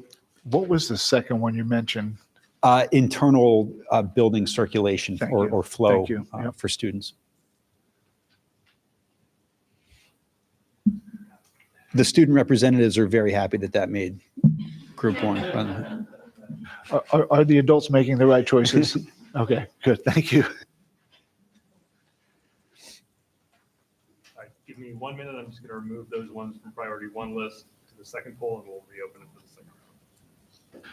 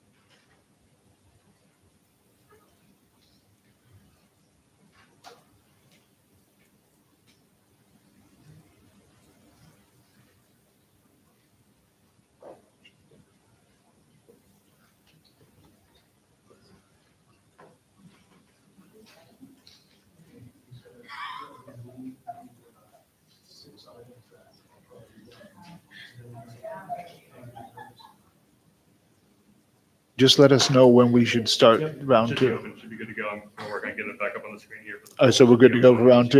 Yep. So members of the board, we're on to round 2. Now, with the remaining items, these would be the 9 top priorities of the remaining items.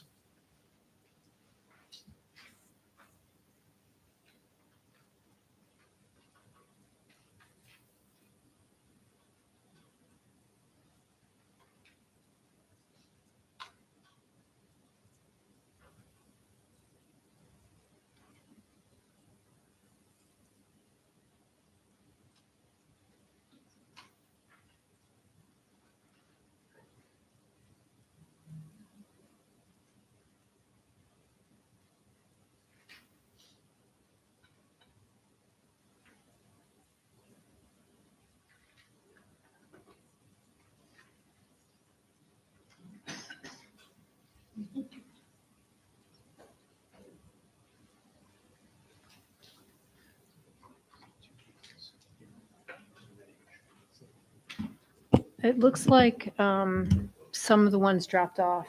They're the ones that got more than 5 votes. No, there's other ones that aren't on at all. So did ones that got 0 votes or 1 vote, did they drop off as well? No, everything's on except for the 6 items that received 5 or more votes. Okay, maybe I'm just not, I'll try again. Maybe I just, So the order does get messed up once he removes them, I believe, even though I'm not seeing it right now. I imagine that's the Okay. case. okay, thank you.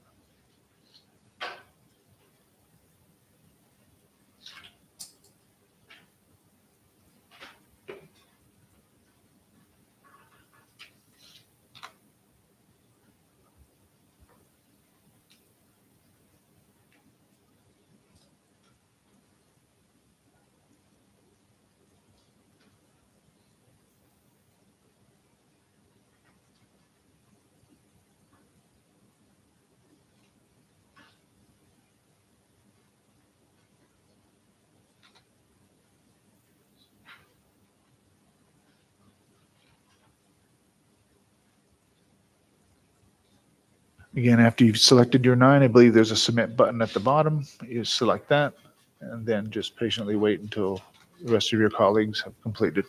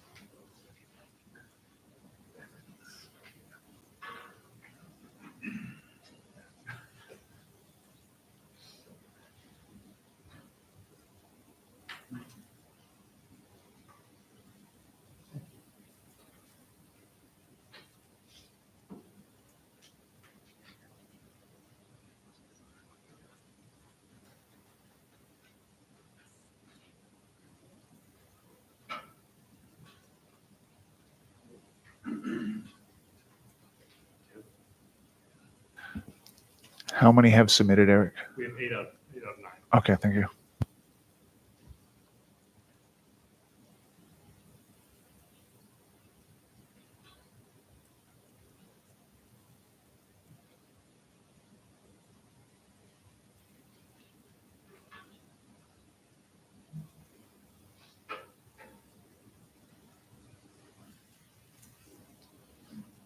All right, looks like we have everyone.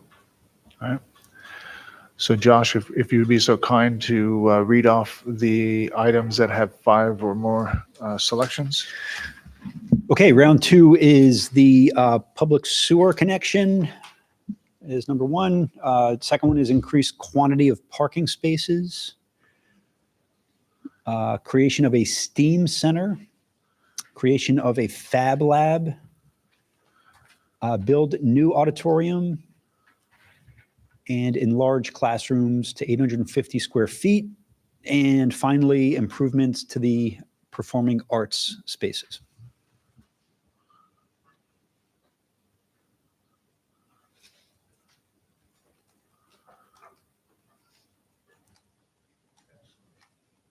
So as the rest of the instructions read, we would then ask, I guess, Josh again to read off those receiving 1 vote but less than 5. Anything that was 0. Can we see that? Can we see it up there or not? Yeah. Okay.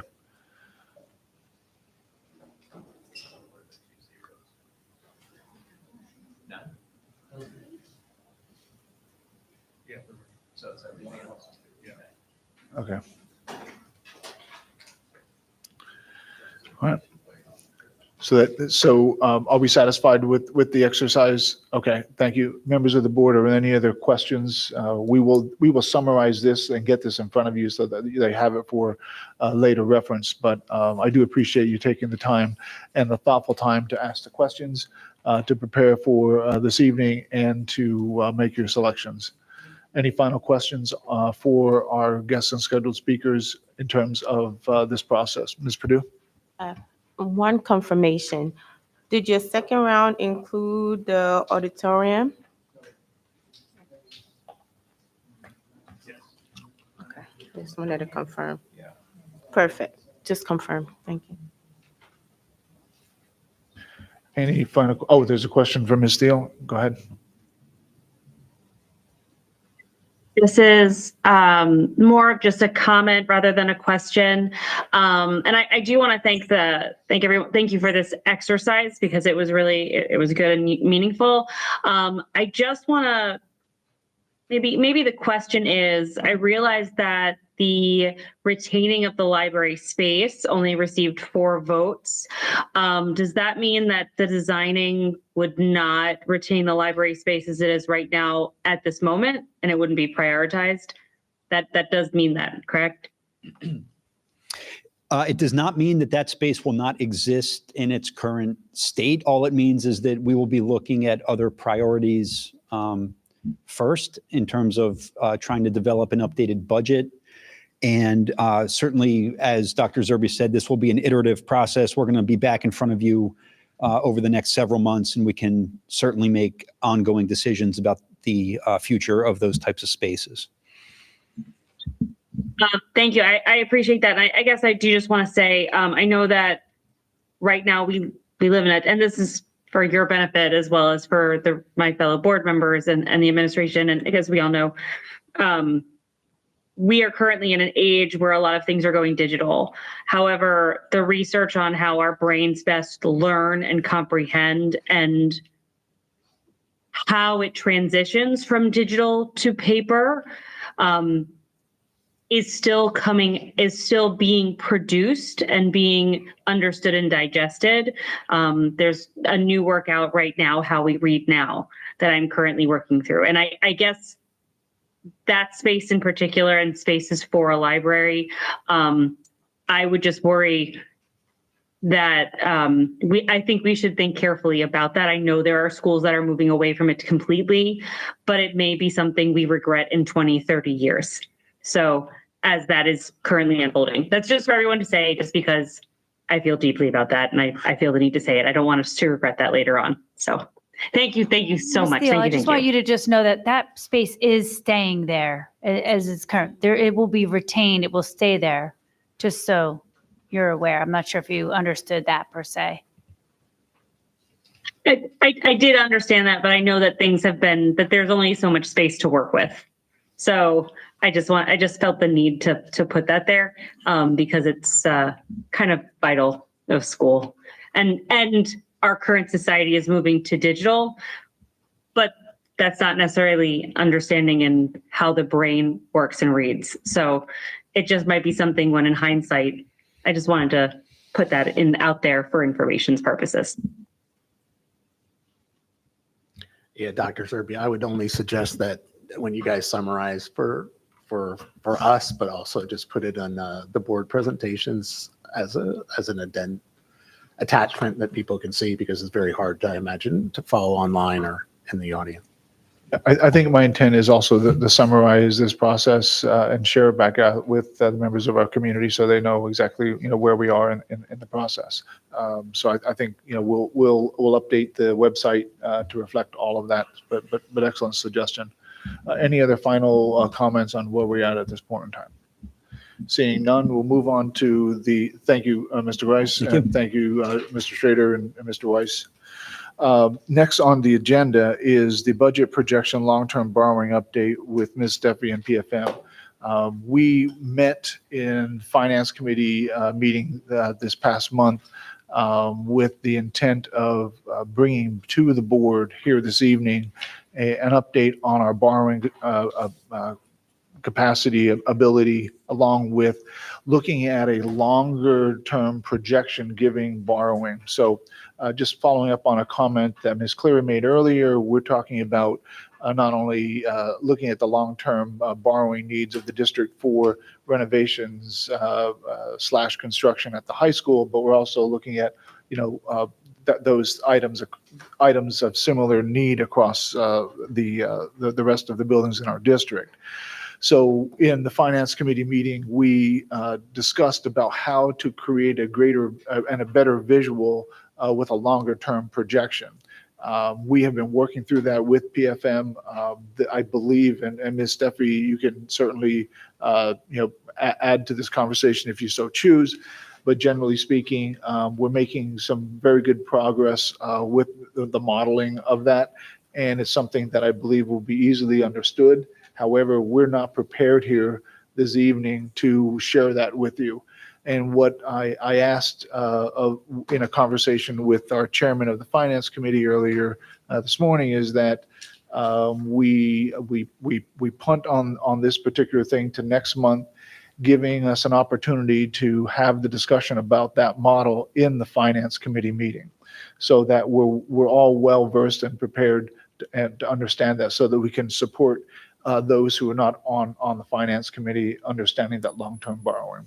So with that said, we'll get PFM scheduled for next month. We will bring the model to the Finance Committee meeting, and we will plan to present either in the work session or voting meeting for the full board. With that said, that does end guests and scheduled speakers for this evening.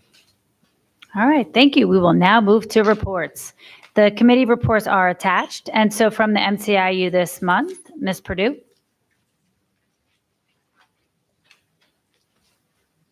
Go down.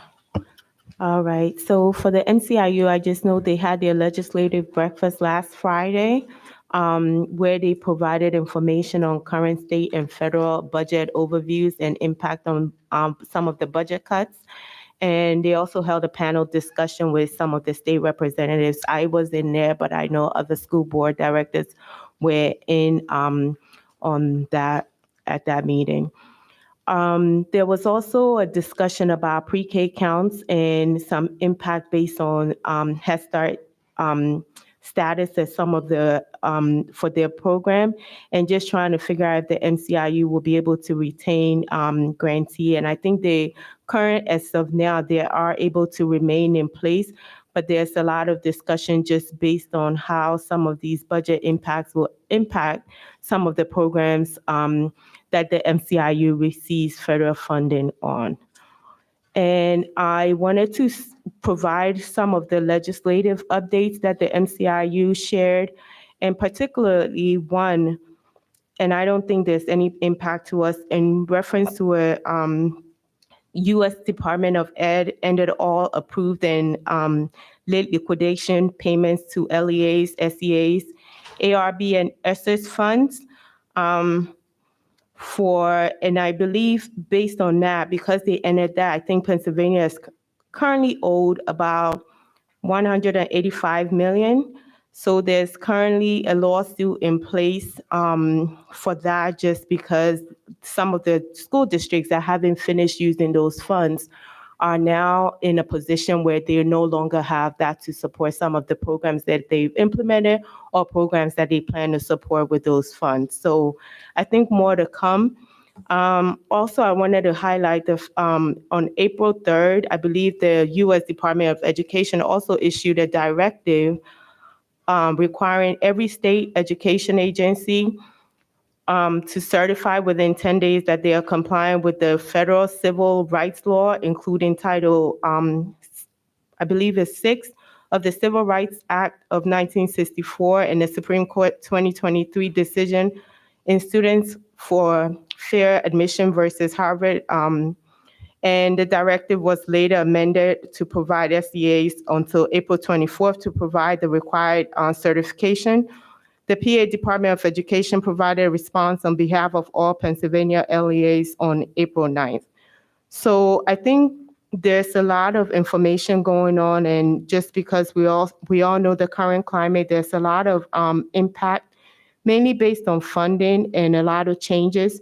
So I think the MCIU, along with their solicitors, are monitoring a lot of these things and will continue to provide updates to the school district. So I just wanted to highlight some of that.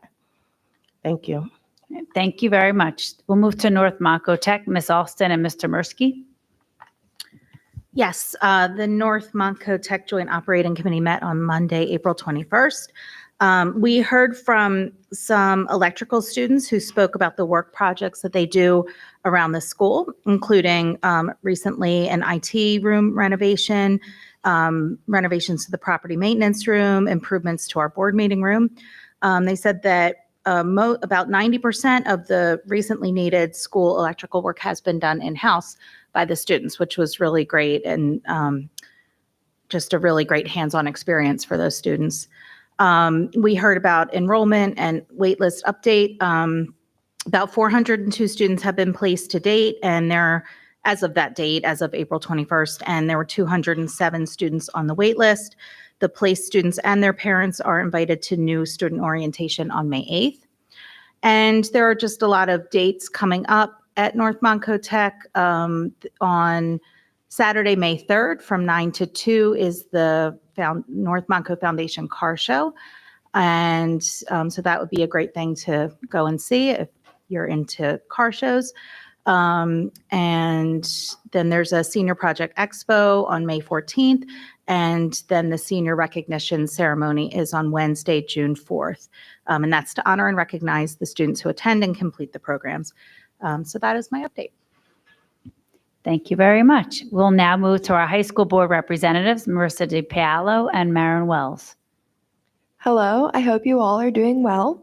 To start off, the school has been abuzz all April with the excitement of prom. Prom took place on April 25th at the Sheraton in King of Prussia. It was filled with so much fun, including dancing, dinner, and dessert. The theme of the prom was casino. After prom, many students attended a great post-prom at the high school. The theme was music, with the hallways decorated and inspired by music stars from the past and the present.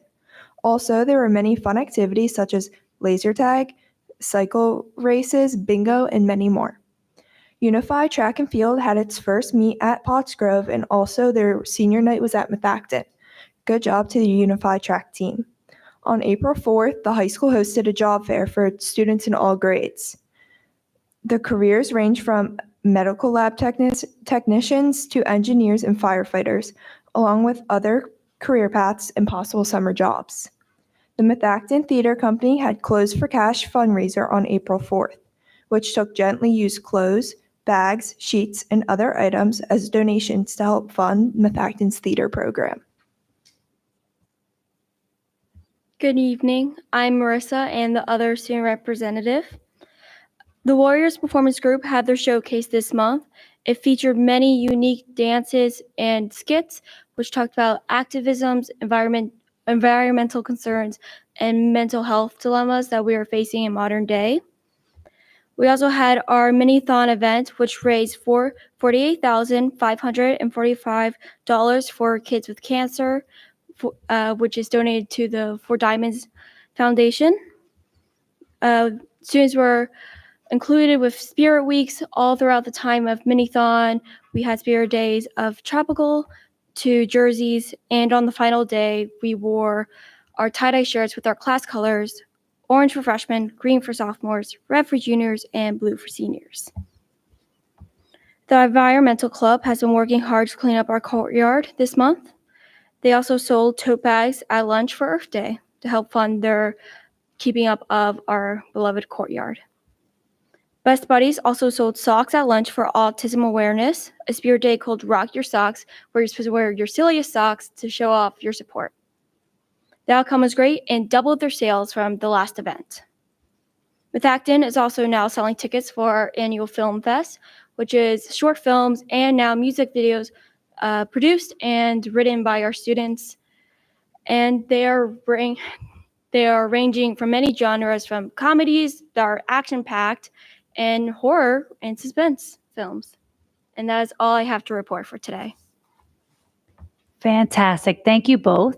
At this time, I will definitely allow you to be dismissed and enjoy your evening and enjoy school tomorrow, getting up nice and early.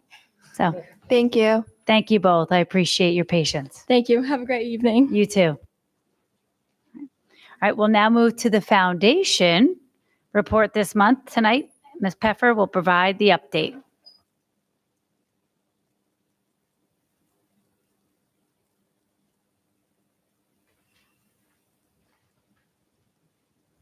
Sorry, I have to find my notes.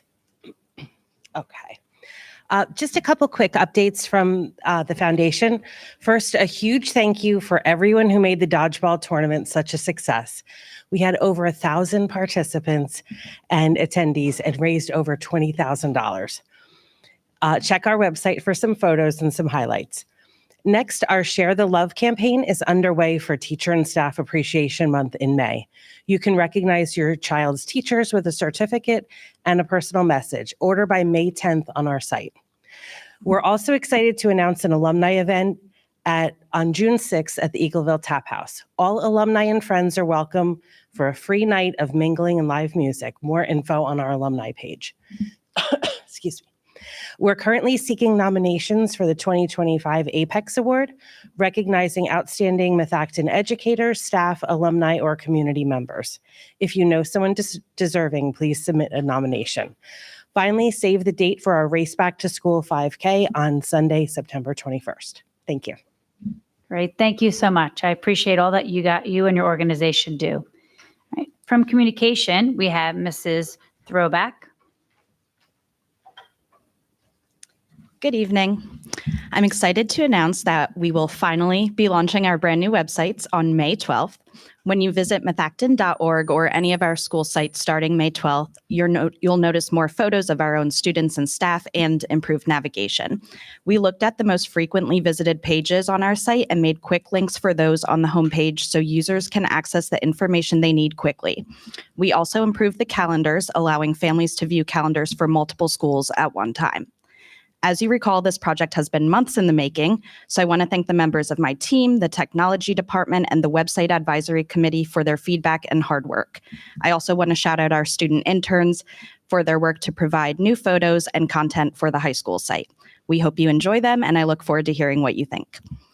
Our International Festival was held on April 11th, and it was a huge success. Thank you to everyone who participated or came out to enjoy it. We had over 10 countries represented with food from around the world, dancing and music.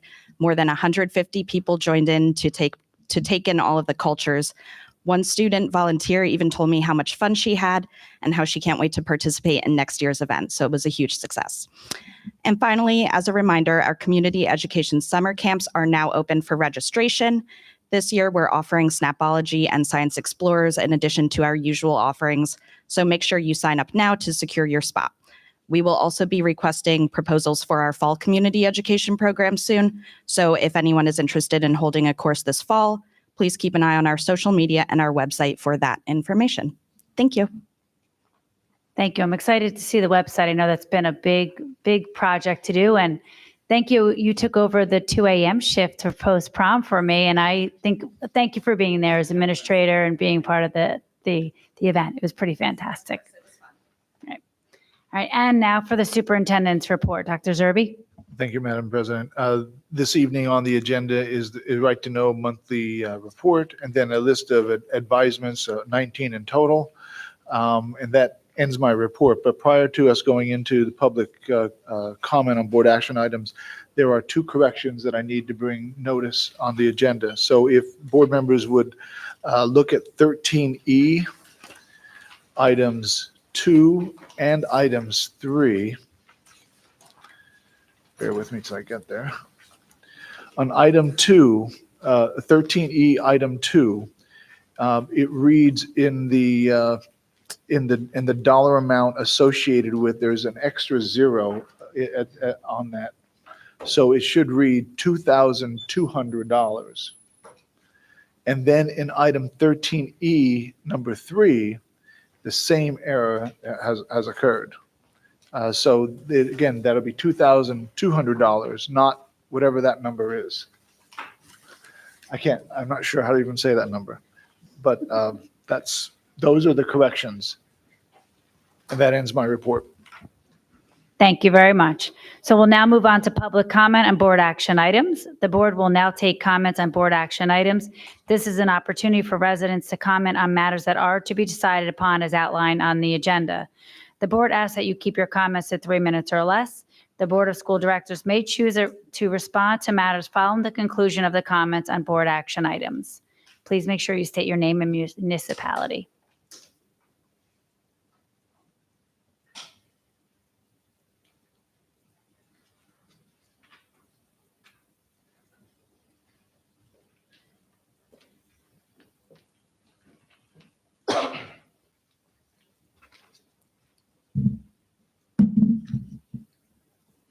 Brian Earnshaw, Lower Providence. Regarding the superintendent advisements, item 15, I noticed that the K-12 DEI climate counselor is moving on next school year. Now's a perfect opportunity to eliminate that position and to take the money out of the budget, since it'll now be vacant. There's been no reports on this position for months, so I'm not really sure what's going on there. So I would advise that just be taken out of the budget. 9F, the staffing services agreement, this is a retroactive item. Can you tell me which policy allows a superintendent to spend over $8,000 before the board approves a contract? If you could let me know that, I'd appreciate it. Regarding the budget, reiterate all my past comments that have seemed to be falling on deaf ears, and none of my questions have really been answered. But with this tax increase, it's 2 times the rate of inflation. Over the past 5 years, taxes have gone up 14% in total. You still have another month to make changes to the budget, to challenge assumptions, asked the superintendent if there are any vacant positions in the budget, and if so, why are they necessary?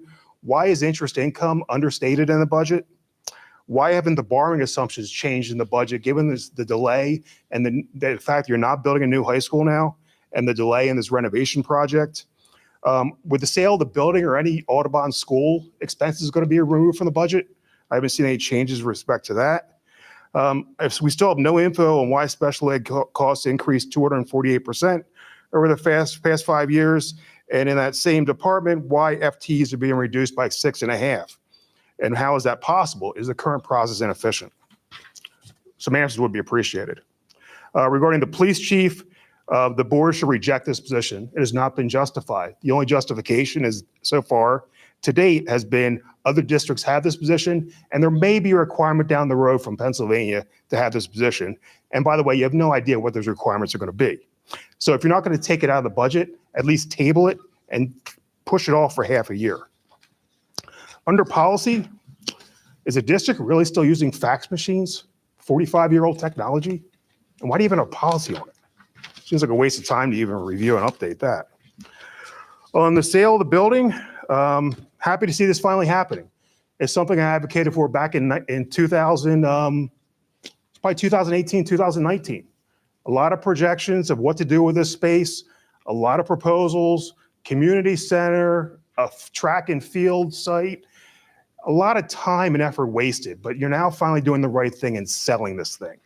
I encourage you to vote for this, but the questions I have are, as a result of this sale, is the district going to spend any money, or is it being sold as is? And what is the expected close date? And can any maintenance expenses be removed from next year's budget? And can you just tell me how much money and time and effort has been spent on this project till you finally decide to sell it? Thank you.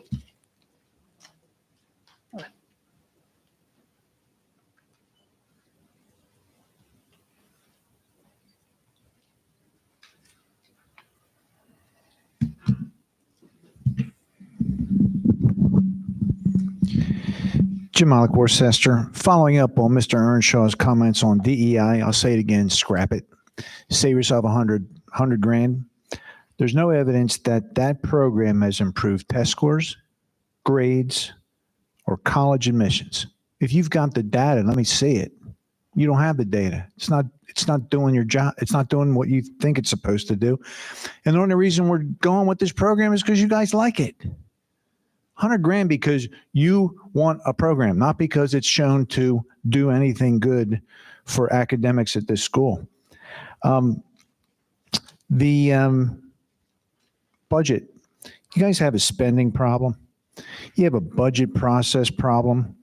You have an overtaxing problem. And I've been watching the finance committee do absolutely nothing. I've been at the meetings and I'm not hearing people at the meetings going, hey, let's cut this. Let's cut that. Let's do this. Let's do that.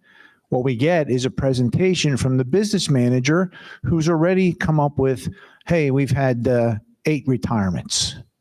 Well, I don't think they were forced retirements. I think they basically happened. There was no effort involved in, people wanting to retire. Okay. We also saw the restructuring of special ed. That was the other big cut that was made. Why wasn't it made 4 years ago? If we saved $1 million this year on special ed, well, we'd be $4 million. We'd have $4 million more money with you guys working on cutting it 4 years ago when the problem was going on. We had 4 years of increasing deficits in that line item. $3 million plus the last one I checked. So somebody needs to explain what happened with special ed, how it got away from you, why you didn't make these decisions to restructure 3 to 4 years ago when we could have $4 million more money right now. I think the whole thing, 4.3%. You guys can't do better than 4.3%. I find it hard to believe. $139 million, and that's not enough. you got to tax us 4.3% because $139 million is not enough. It'll never be enough. That's the problem. Thank you.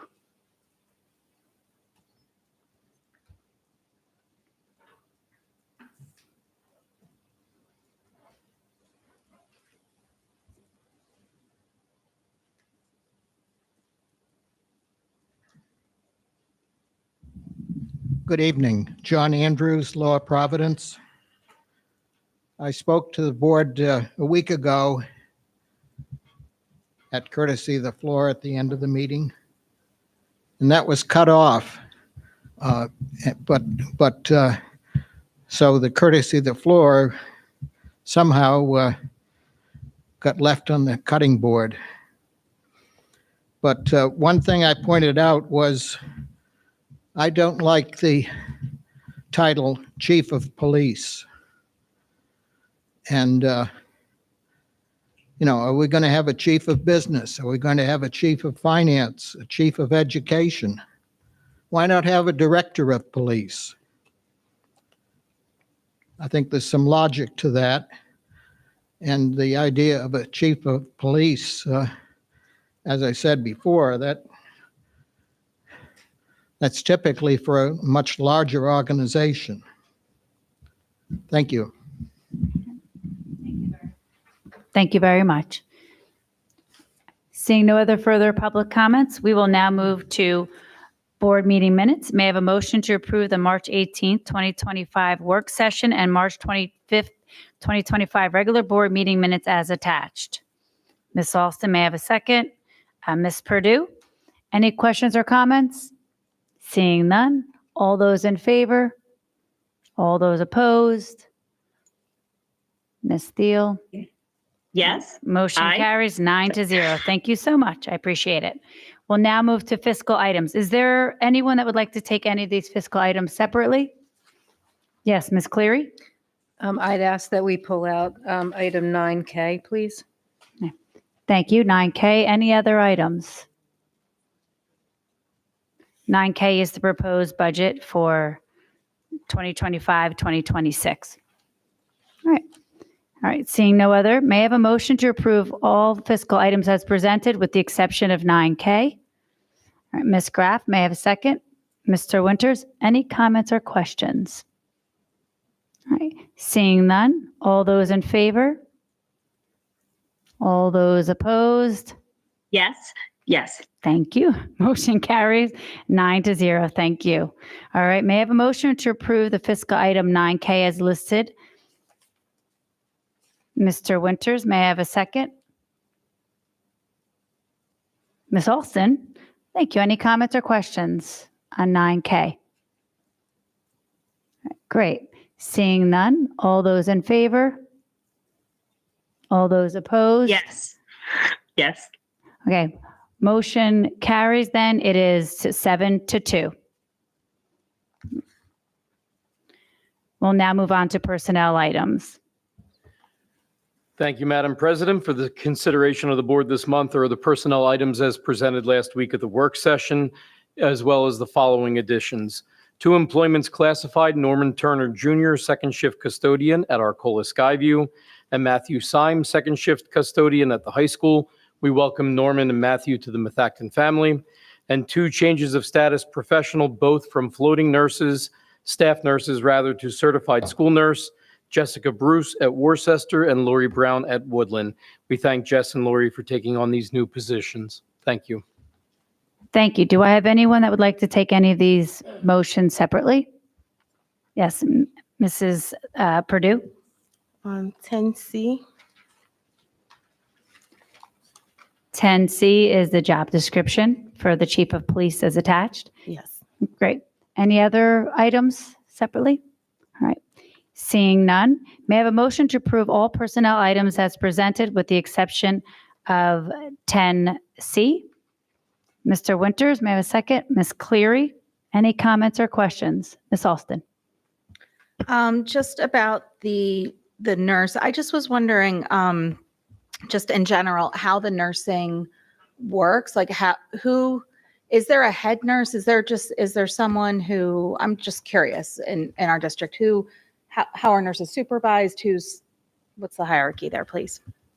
They are actually supervised by Dr. Jamie Gravines, the Director of Pupil Services. However, there is a coordinator, nursing coordinator, and that department coordinator is Kathy Thompson at the high school. Okay, thank you.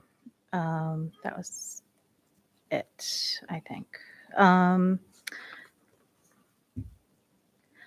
I had another question.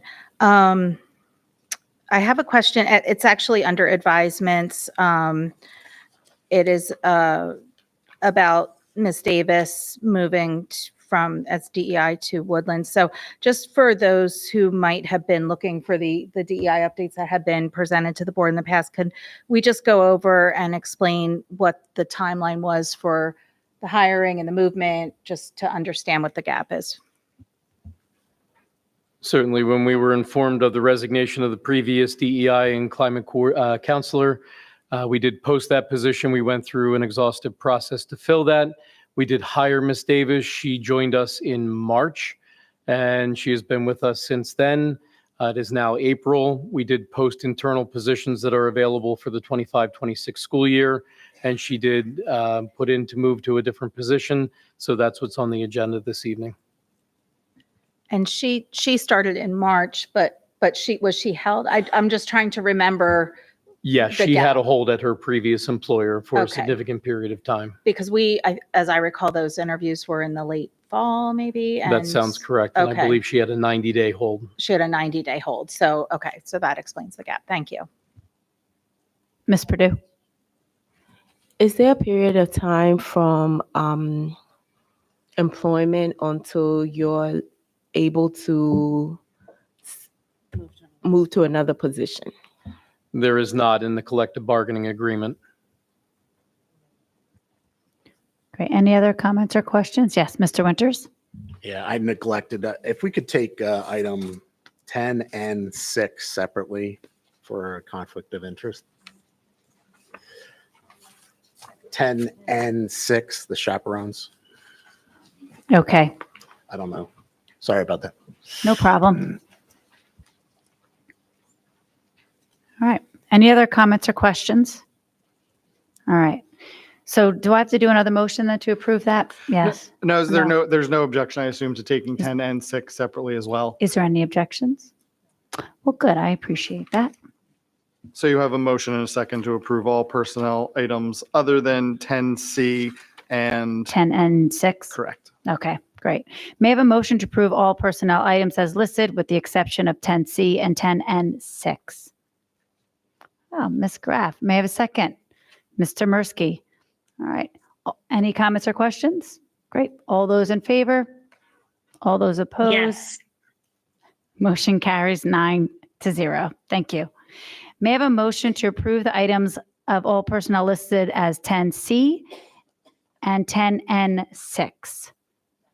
Oh, sorry. We're Do just I have to gonna do them 10C. separately? Yeah, please. Okay. Sorry. May I have a motion to approve 10C as listed in the personnel items below? All right, Ms. Graff, may I have a second? Ms. Cleary? All right, any comments or questions? Yes, Ms. Austin. Just regarding the job description, the job title, is this the title that other districts are using as they hire for this? There are many that use chief of police. There are some that use director of public safety. Okay. And then I did have a question about the job description, and I don't know if at this point we can add this in, but I've been thinking about, we've been seeing and hearing from the public about bullying a lot recently and in the past, and under essential job functions where I'm specifically looking at number 7, assist in the programs of drug awareness, drug prevention. Can we put bullying in there?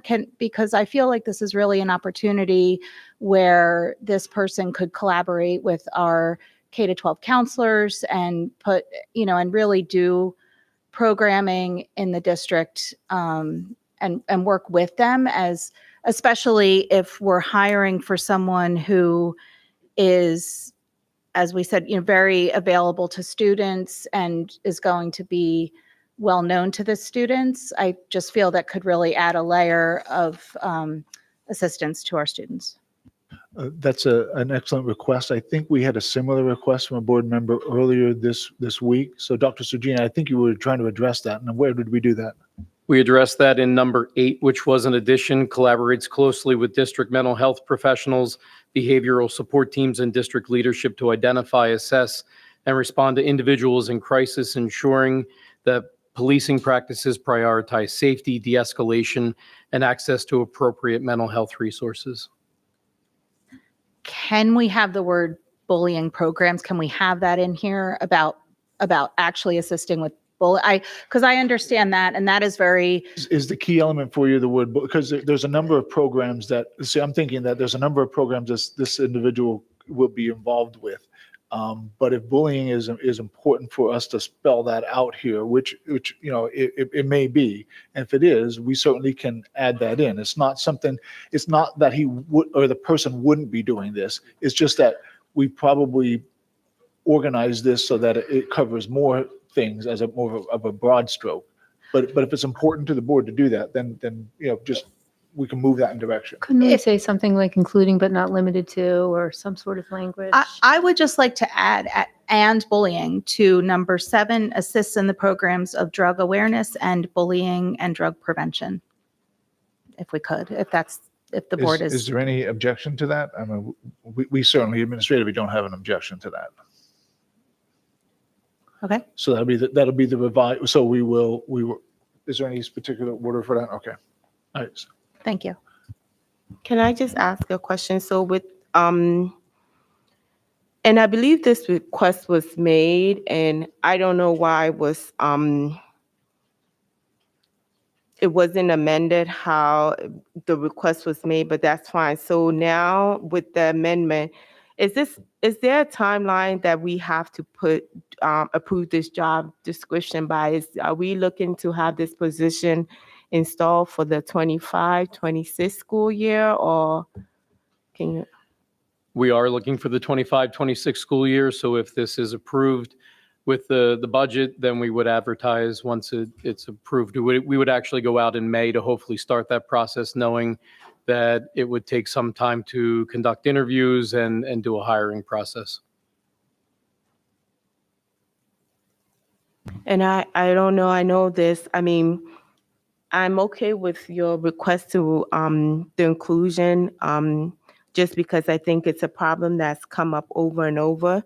But then now I also don't know, I don't support the title of this position.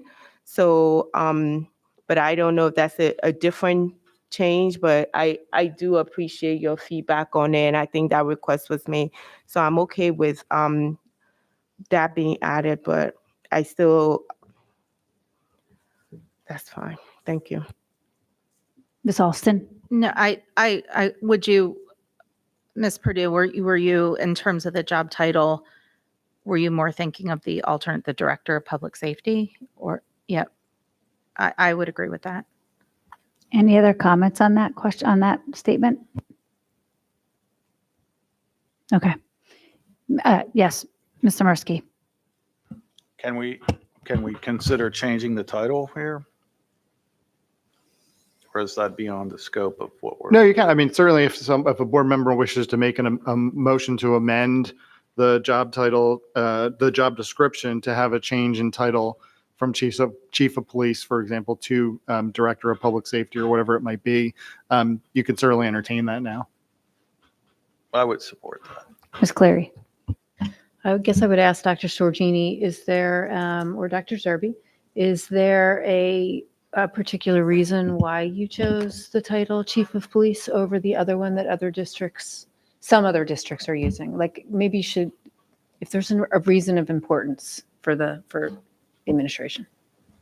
Because this person would effectively be the chief of police, that is the title of the position, emulating this based on how Perk Valley, Springford, and many other districts have created theirs. They would have responsibility for being the chief, which is commensurate with how the position is designed in other law enforcement entities. So that's why we called it the chief of police. Thank you. I would only add, I kind of agree with that. Like I'm Director of Public Safety, I do think when you're working with the police, I kind of support the Chief of Police title, but One of the other issues, if I may, is that Director of Public Safety is normally a civilian position. So I'm effectively the Director of Public Safety at this point, but I'm a civilian. This position would be a law enforcement position, so the chief title is commensurate with that. And that's the number one reason why we should leave the title as it's currently presented. sorry. Yes, Mr. Mursky. So they're in fact not synonymous. They are different. That's correct. Because I heard something stated differently earlier. Thank you. Miss Cleary. Thank you. Any other comments or questions on that title? Okay. All right. Seeing none, I am going to say, may I have a motion to approve 10C with the revising of adding bullying into the job description as presented? May I have a motion? Yes, Ms. Alston. May I have a second? Mr. Winters. Any comments or questions? All right. All those in favor? All those Yes. opposed? All right. Opposed? Okay. Two, I just want to make sure. Opposed? Keep your hand there. Motion carries then 7-2. Great. Now I have a motion to approve 10 and 6 as listed in the personnel items. Ms. Alston. And then may I have a second? I see Ms. Shonda. Thank you very much. Any comments or questions? Yes, Mr. Winters. Yeah, sorry. Because of the Ethics Act, with regard to the Ethics Act at the public meeting on April 29th, it's my intention to abstain from item 10N6, which is related to chaperones, which includes the nature of the interest, is that my wife was a chaperone at the high school's mini-thon and is being compensated for. All right. Thank you very much. Yes, Ms. Purdue. I just want to clarify, is this only for the chaperones at the mini-thon, or is there, 10 and 6 There were other items on there, but she's on the list of chaperones, so I'm just, okay. I think it's fine for me to just absorb. No, it's fine. I Yeah, just wanted to yeah. clarify. Yeah, there were chaperones for post-prom, I believe. All right. All right. I'm going to go to vote. All those in favor? All those Yep. opposed? Yes. All right. Motion carries 8-0 with one absent. I abstain. With one absent. Sorry. It's getting late. I apologize. Okay. We are going to move to curriculum and programs. Thank you, Madam President. For this evening, there are still 3 items under curriculum and programs, items under new curriculum, revised curriculum, and resource adoption. These have been on display in the district office since March 19th, and this is the date in which you will be approving all the items under 11A, 11B, and 11C if you so choose. Thank you. Fantastic. Does anyone want to take any of these separately? Great. Seeing none, may I have a motion to approve all items as listed under curriculum and programs as presented? Ms. Alston, may I have a second? Ms. Shonda, any comments or questions? Yes, Ms. Alston. Just wondering if we did receive any feedback on any of these. We received none. Thank you. You're welcome. Ms. Shonda. I'm just, again, very excited about the cybersecurity. Thank you for that reinforcement. All right. All those in favor? Yes. All those opposed? Motion carries 9-0. Thank you. All right. We'll now move on to policy. Thank you, Madam President. For this evening, we are just voting on the second read items, which are all items under the 700 series. Great. That is all. May I have a motion to approve all policies as listed under the second reading as presented? Ms. Alston, thank you. And Ms. Cleary is a second. Any comments or questions? Yes, Ms. Alston. The fax machines. So that was a question raised by a member of the audience. I also raised that question at policy committee. Dr. Regina? Yes, and there are times that we still use fax machines in the district. That is correct. Thank you. Great, thank you for the clarification. Any other comments or questions? All right, seeing none, all those in favor? All those opposed? Yes. Motion carries 9-0. Thank you. May I have a motion we'll move to other, sorry. Thank you, Madam President. We have a list of items for trips, transportation, and the gifted audit survey. These are items that were on the agenda last week. And then, as I previously noted, under 13E, there were two corrections under 13E2 and 13E3, the similar correction removing the last zero to make both of those numbers equal $2,200. And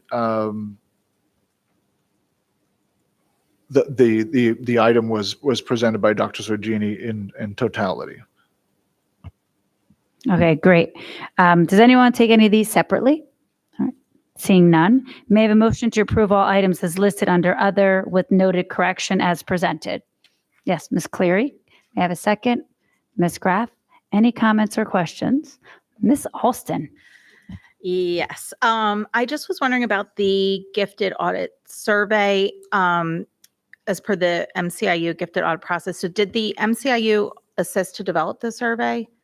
It is their survey. It is their That's why, survey. that's why by policy, we need your approval. Okay. And then a question came up about the removal of maintenance expenses from the next budget regarding the sale of the Audubon School. Can you speak to that, please? Yeah, Dr. Sorgini, I think that based on the length of time, you want to explain that, the length of time of this agreement and when it'll actually be finalized, we're going to have to maintain the property. That's correct, Dr. Zerbe. We anticipate that this could take probably 12 to 24 months for the finalization of this process, so we will need to maintain the property during that time. Okay. So at least for the next budget, we know Yes. it's okay. Thank you. And Dr. Sorgini, we're not able to say whether or not we are going to do anything to the property in order for us to sell it. We intend to sell the property as is. Ms. Graff. And I think there was a comment at the work session. Dr. Sorgini, could you give us an idea roughly about what the maintenance costs are on that property for the district?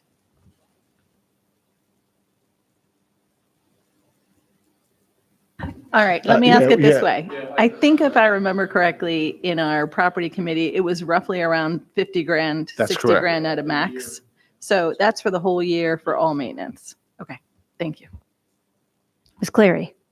Just real quick, I want to reiterate my comments I made to you, Dr. Sorgini, at the work session. I really thank you for all your hard work in getting this to where we are. Your attention to detail, for me, is super appreciated. So thank you. Great. I agree with that as well. All right. Any comments or any further? Okay. All those in favor?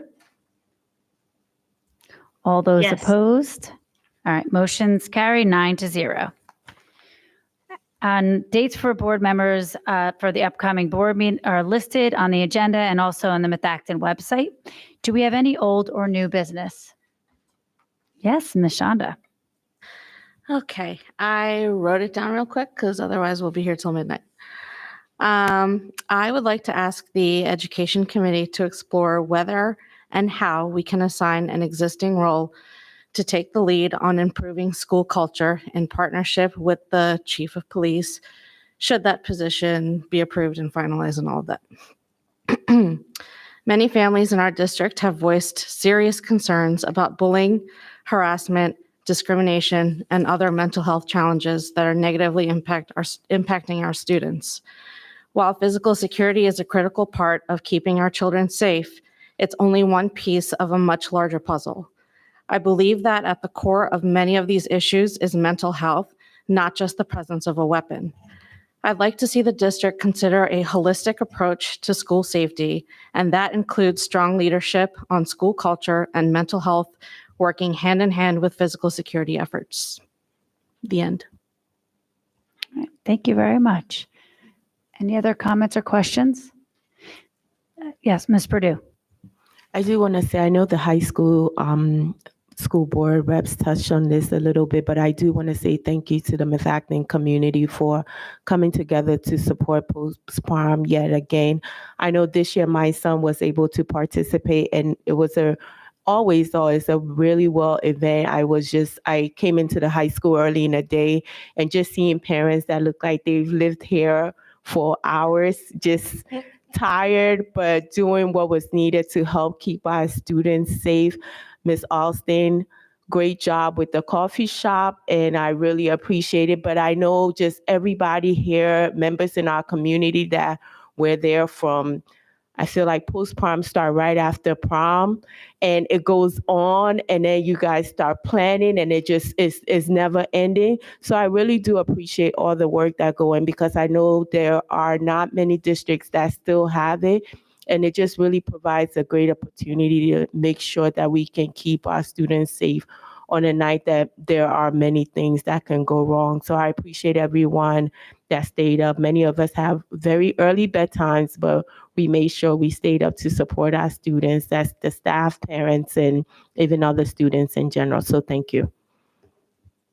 All right. Thank you very much. We definitely agree. Ms. Alston. Yeah, just thank you for saying that, Ms. Purdue. I totally agree. I think every person up here, except for maybe Kyle, was somehow involved.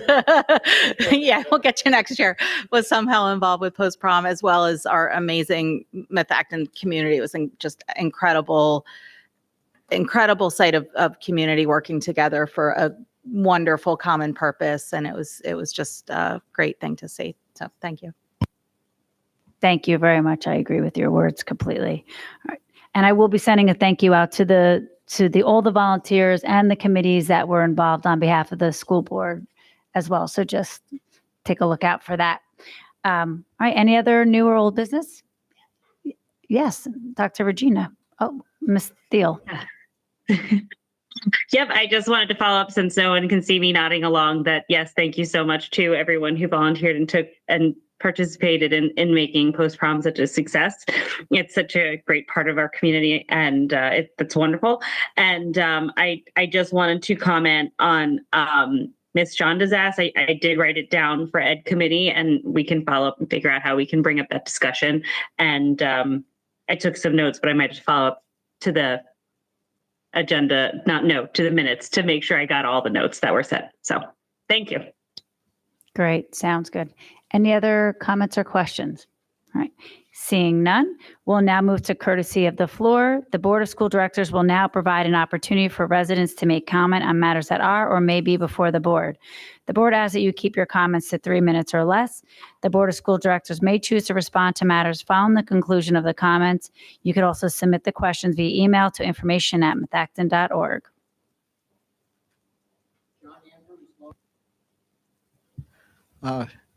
As usual, the VOTEC Center was mentioned in a summary report earlier in the meeting. And one thing that to me is very bothersome is that there are 400 students being placed, I guess, for the next school year, and over 200 students that are on a waiting list. And so does that mean that the student that wants to get into carpentry, for instance, gets shunted back to our high school? I just think that 200 students being denied opportunity is a serious charge, and there should be some discussion on the issue.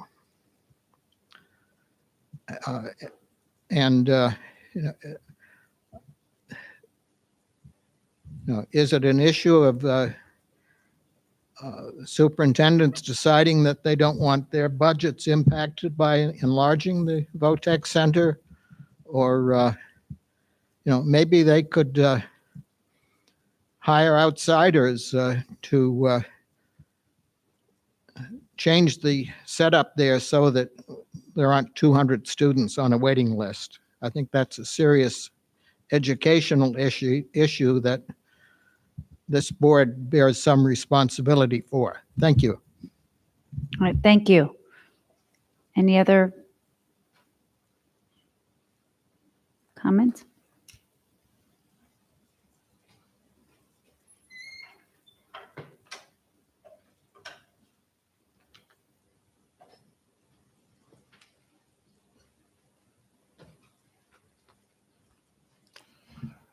Brian Earnshaw, Lower Providence. Continuing on what I was commenting on at courtesy for our last meeting before I got cut off, not allowed to have 15 more seconds. The master plan financials presented at the Finance Committee meeting show how much money has been spent through March 31st on the new high school project that's now been scrapped. That number was $545,000. I asked a number of questions about that number, and none have been answered. One is that an all-inclusive number? I know it's not all the spending. There's still payments to Schrader, I think, that have not been included in that number. Does that number include an allocation of administrative salaries like you do on your right to know report? You take a piece of the superintendent's salary and allocate that. So I'm wondering if this number can be shown to include all the time spent from the administrative staff on the new high school project that is now wasted. I'm glad, Dr. Zerbe, you find that funny, but you bear responsibility for all this money spent. Your failed financial projections caused this project to be cratered, dating back to August of last year. So I would not be laughing at spending probably nearly $1 million of taxpayer dollars without salary costs that is now thrown down the drain. I'm glad you find this funny. I don't find one bit of humor in that. Regarding your process of prioritization, I really don't understand what you're trying to do there. And my question is, why isn't the administration, the superintendent, his two assistants, and his other staff that's grown by 19% over the past 5 years, by the way, why aren't they developing a plan and coming to the board to approve it?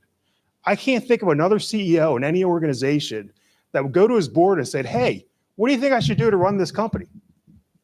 It just doesn't happen. And having the board pick our priorities is going to bring in personal preferences.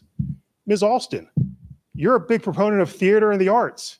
I saw your gleeful reaction when that made the list. There it is again. So it's your personal preference, not what's going to bring forth a better education in our school district. So I think you need to go have the administration develop a plan, what gets prioritized, how much it's going to cost, and bring it to you for approval. That's your role as a board member. That's your role, not to design, not to run the district. It's an advise and consent role, essentially. So I think you need to relook at this process. Otherwise, we're going to have another $1 million thrown down the drain of just going round and round and spending money on consultants, on lawyers, architects, et cetera. Really got to think about what you're doing here. It doesn't make any sense to me. Thank you.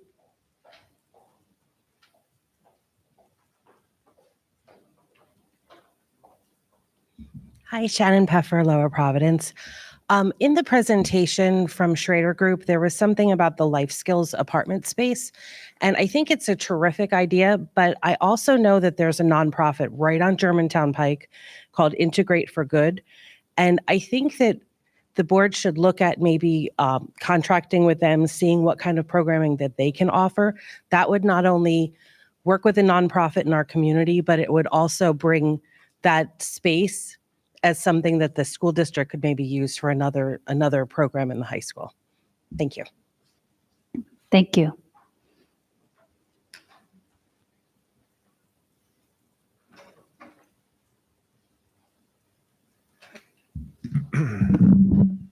Jim Malik, Worcester, that was an excellent point because you guys already have an apartment program. It's over at the MICU. It's outsourced. You want to spend all that money to bring it in. You already have it, but that's a good idea. I think the word that Mr. Earnshaw was trying to get to was micromanagement when it comes to what was going on up front.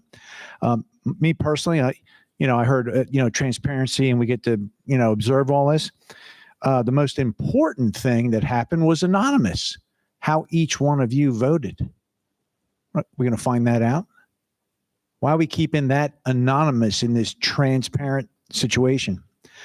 I was at a Worcester Township planning commission meeting where one of the members and an audience member were asking about a renovation plan. And I was apoplectic because you guys are like, oh, we got the plan. It's on the website. Yeah, come ask us. We'll give you whatever you need to know. What a bunch of BS that was. There never was a renovation plan. How you guys could have gone in front of that commission and I don't know how else to say it, misrepresent a renovation plan is I can't trust anything you guys say. I can't. Your priorities, very simple. HVAC, parking, attempt to keep the renovation in the envelope, which takes care of your land development and zoning problems, safety and security, which is common sense, sprinklers, cameras, all that stuff, and then minimize disruption because that was your pitch to the planning commission, the disruption piece. So the less work you do, the less disruption you get, and students should do better. That's your plan. The rest of it's gravy. You don't need Fab Lab, Lunch and Learn, School Store, STEAM, and the apartment the apartment space. Now, if you want to put it into the school after all the important stuff gets taken care of, maybe. But you got to concentrate on what's important. A pool. You guys are talking about a new pool. You don't get a new pool because you couldn't take care of the old one. It was leaking since 2016. He did nothing about it. So the degradation of the pool was caused by your inaction. How do you get a new pool when you can't take care of the old one? It's ridiculous. You know, spend what, $10 million for a new pool because you couldn't take care of the old one. LGI room. You don't need this room is fine. What's wrong with this? Right? Auditorium. You guys wanted a new auditorium because you couldn't fit all the grades in it. Well, you're going to build the same thing. It makes no sense. Thank you. Any other courtesy of the floor? All right. Seeing none, do I have any comments or questions? Ms. Alston? I just wanted to comment on the comment about the wait list at North Monco Technical Career Center, and say that I agree that is an issue. There is an active subcommittee of the JOC that is a capacity committee where we're looking to explore all these options. Some of the options that we're looking at include a twilight program, moving some programs off site, reconfiguring some internal spaces to see if we can add a workstation or two, and then also physically adding on to the building. The issue is that the North Monco Tech building is probably not really able to reconfigure to add much internally, and there's not a lot of space to add on to it. So, but I just want to reassure that we recognize that there's a problem, and within the Joint Operating Committee, we are working really hard to try to come up with solutions so we can accommodate all the students who are interested.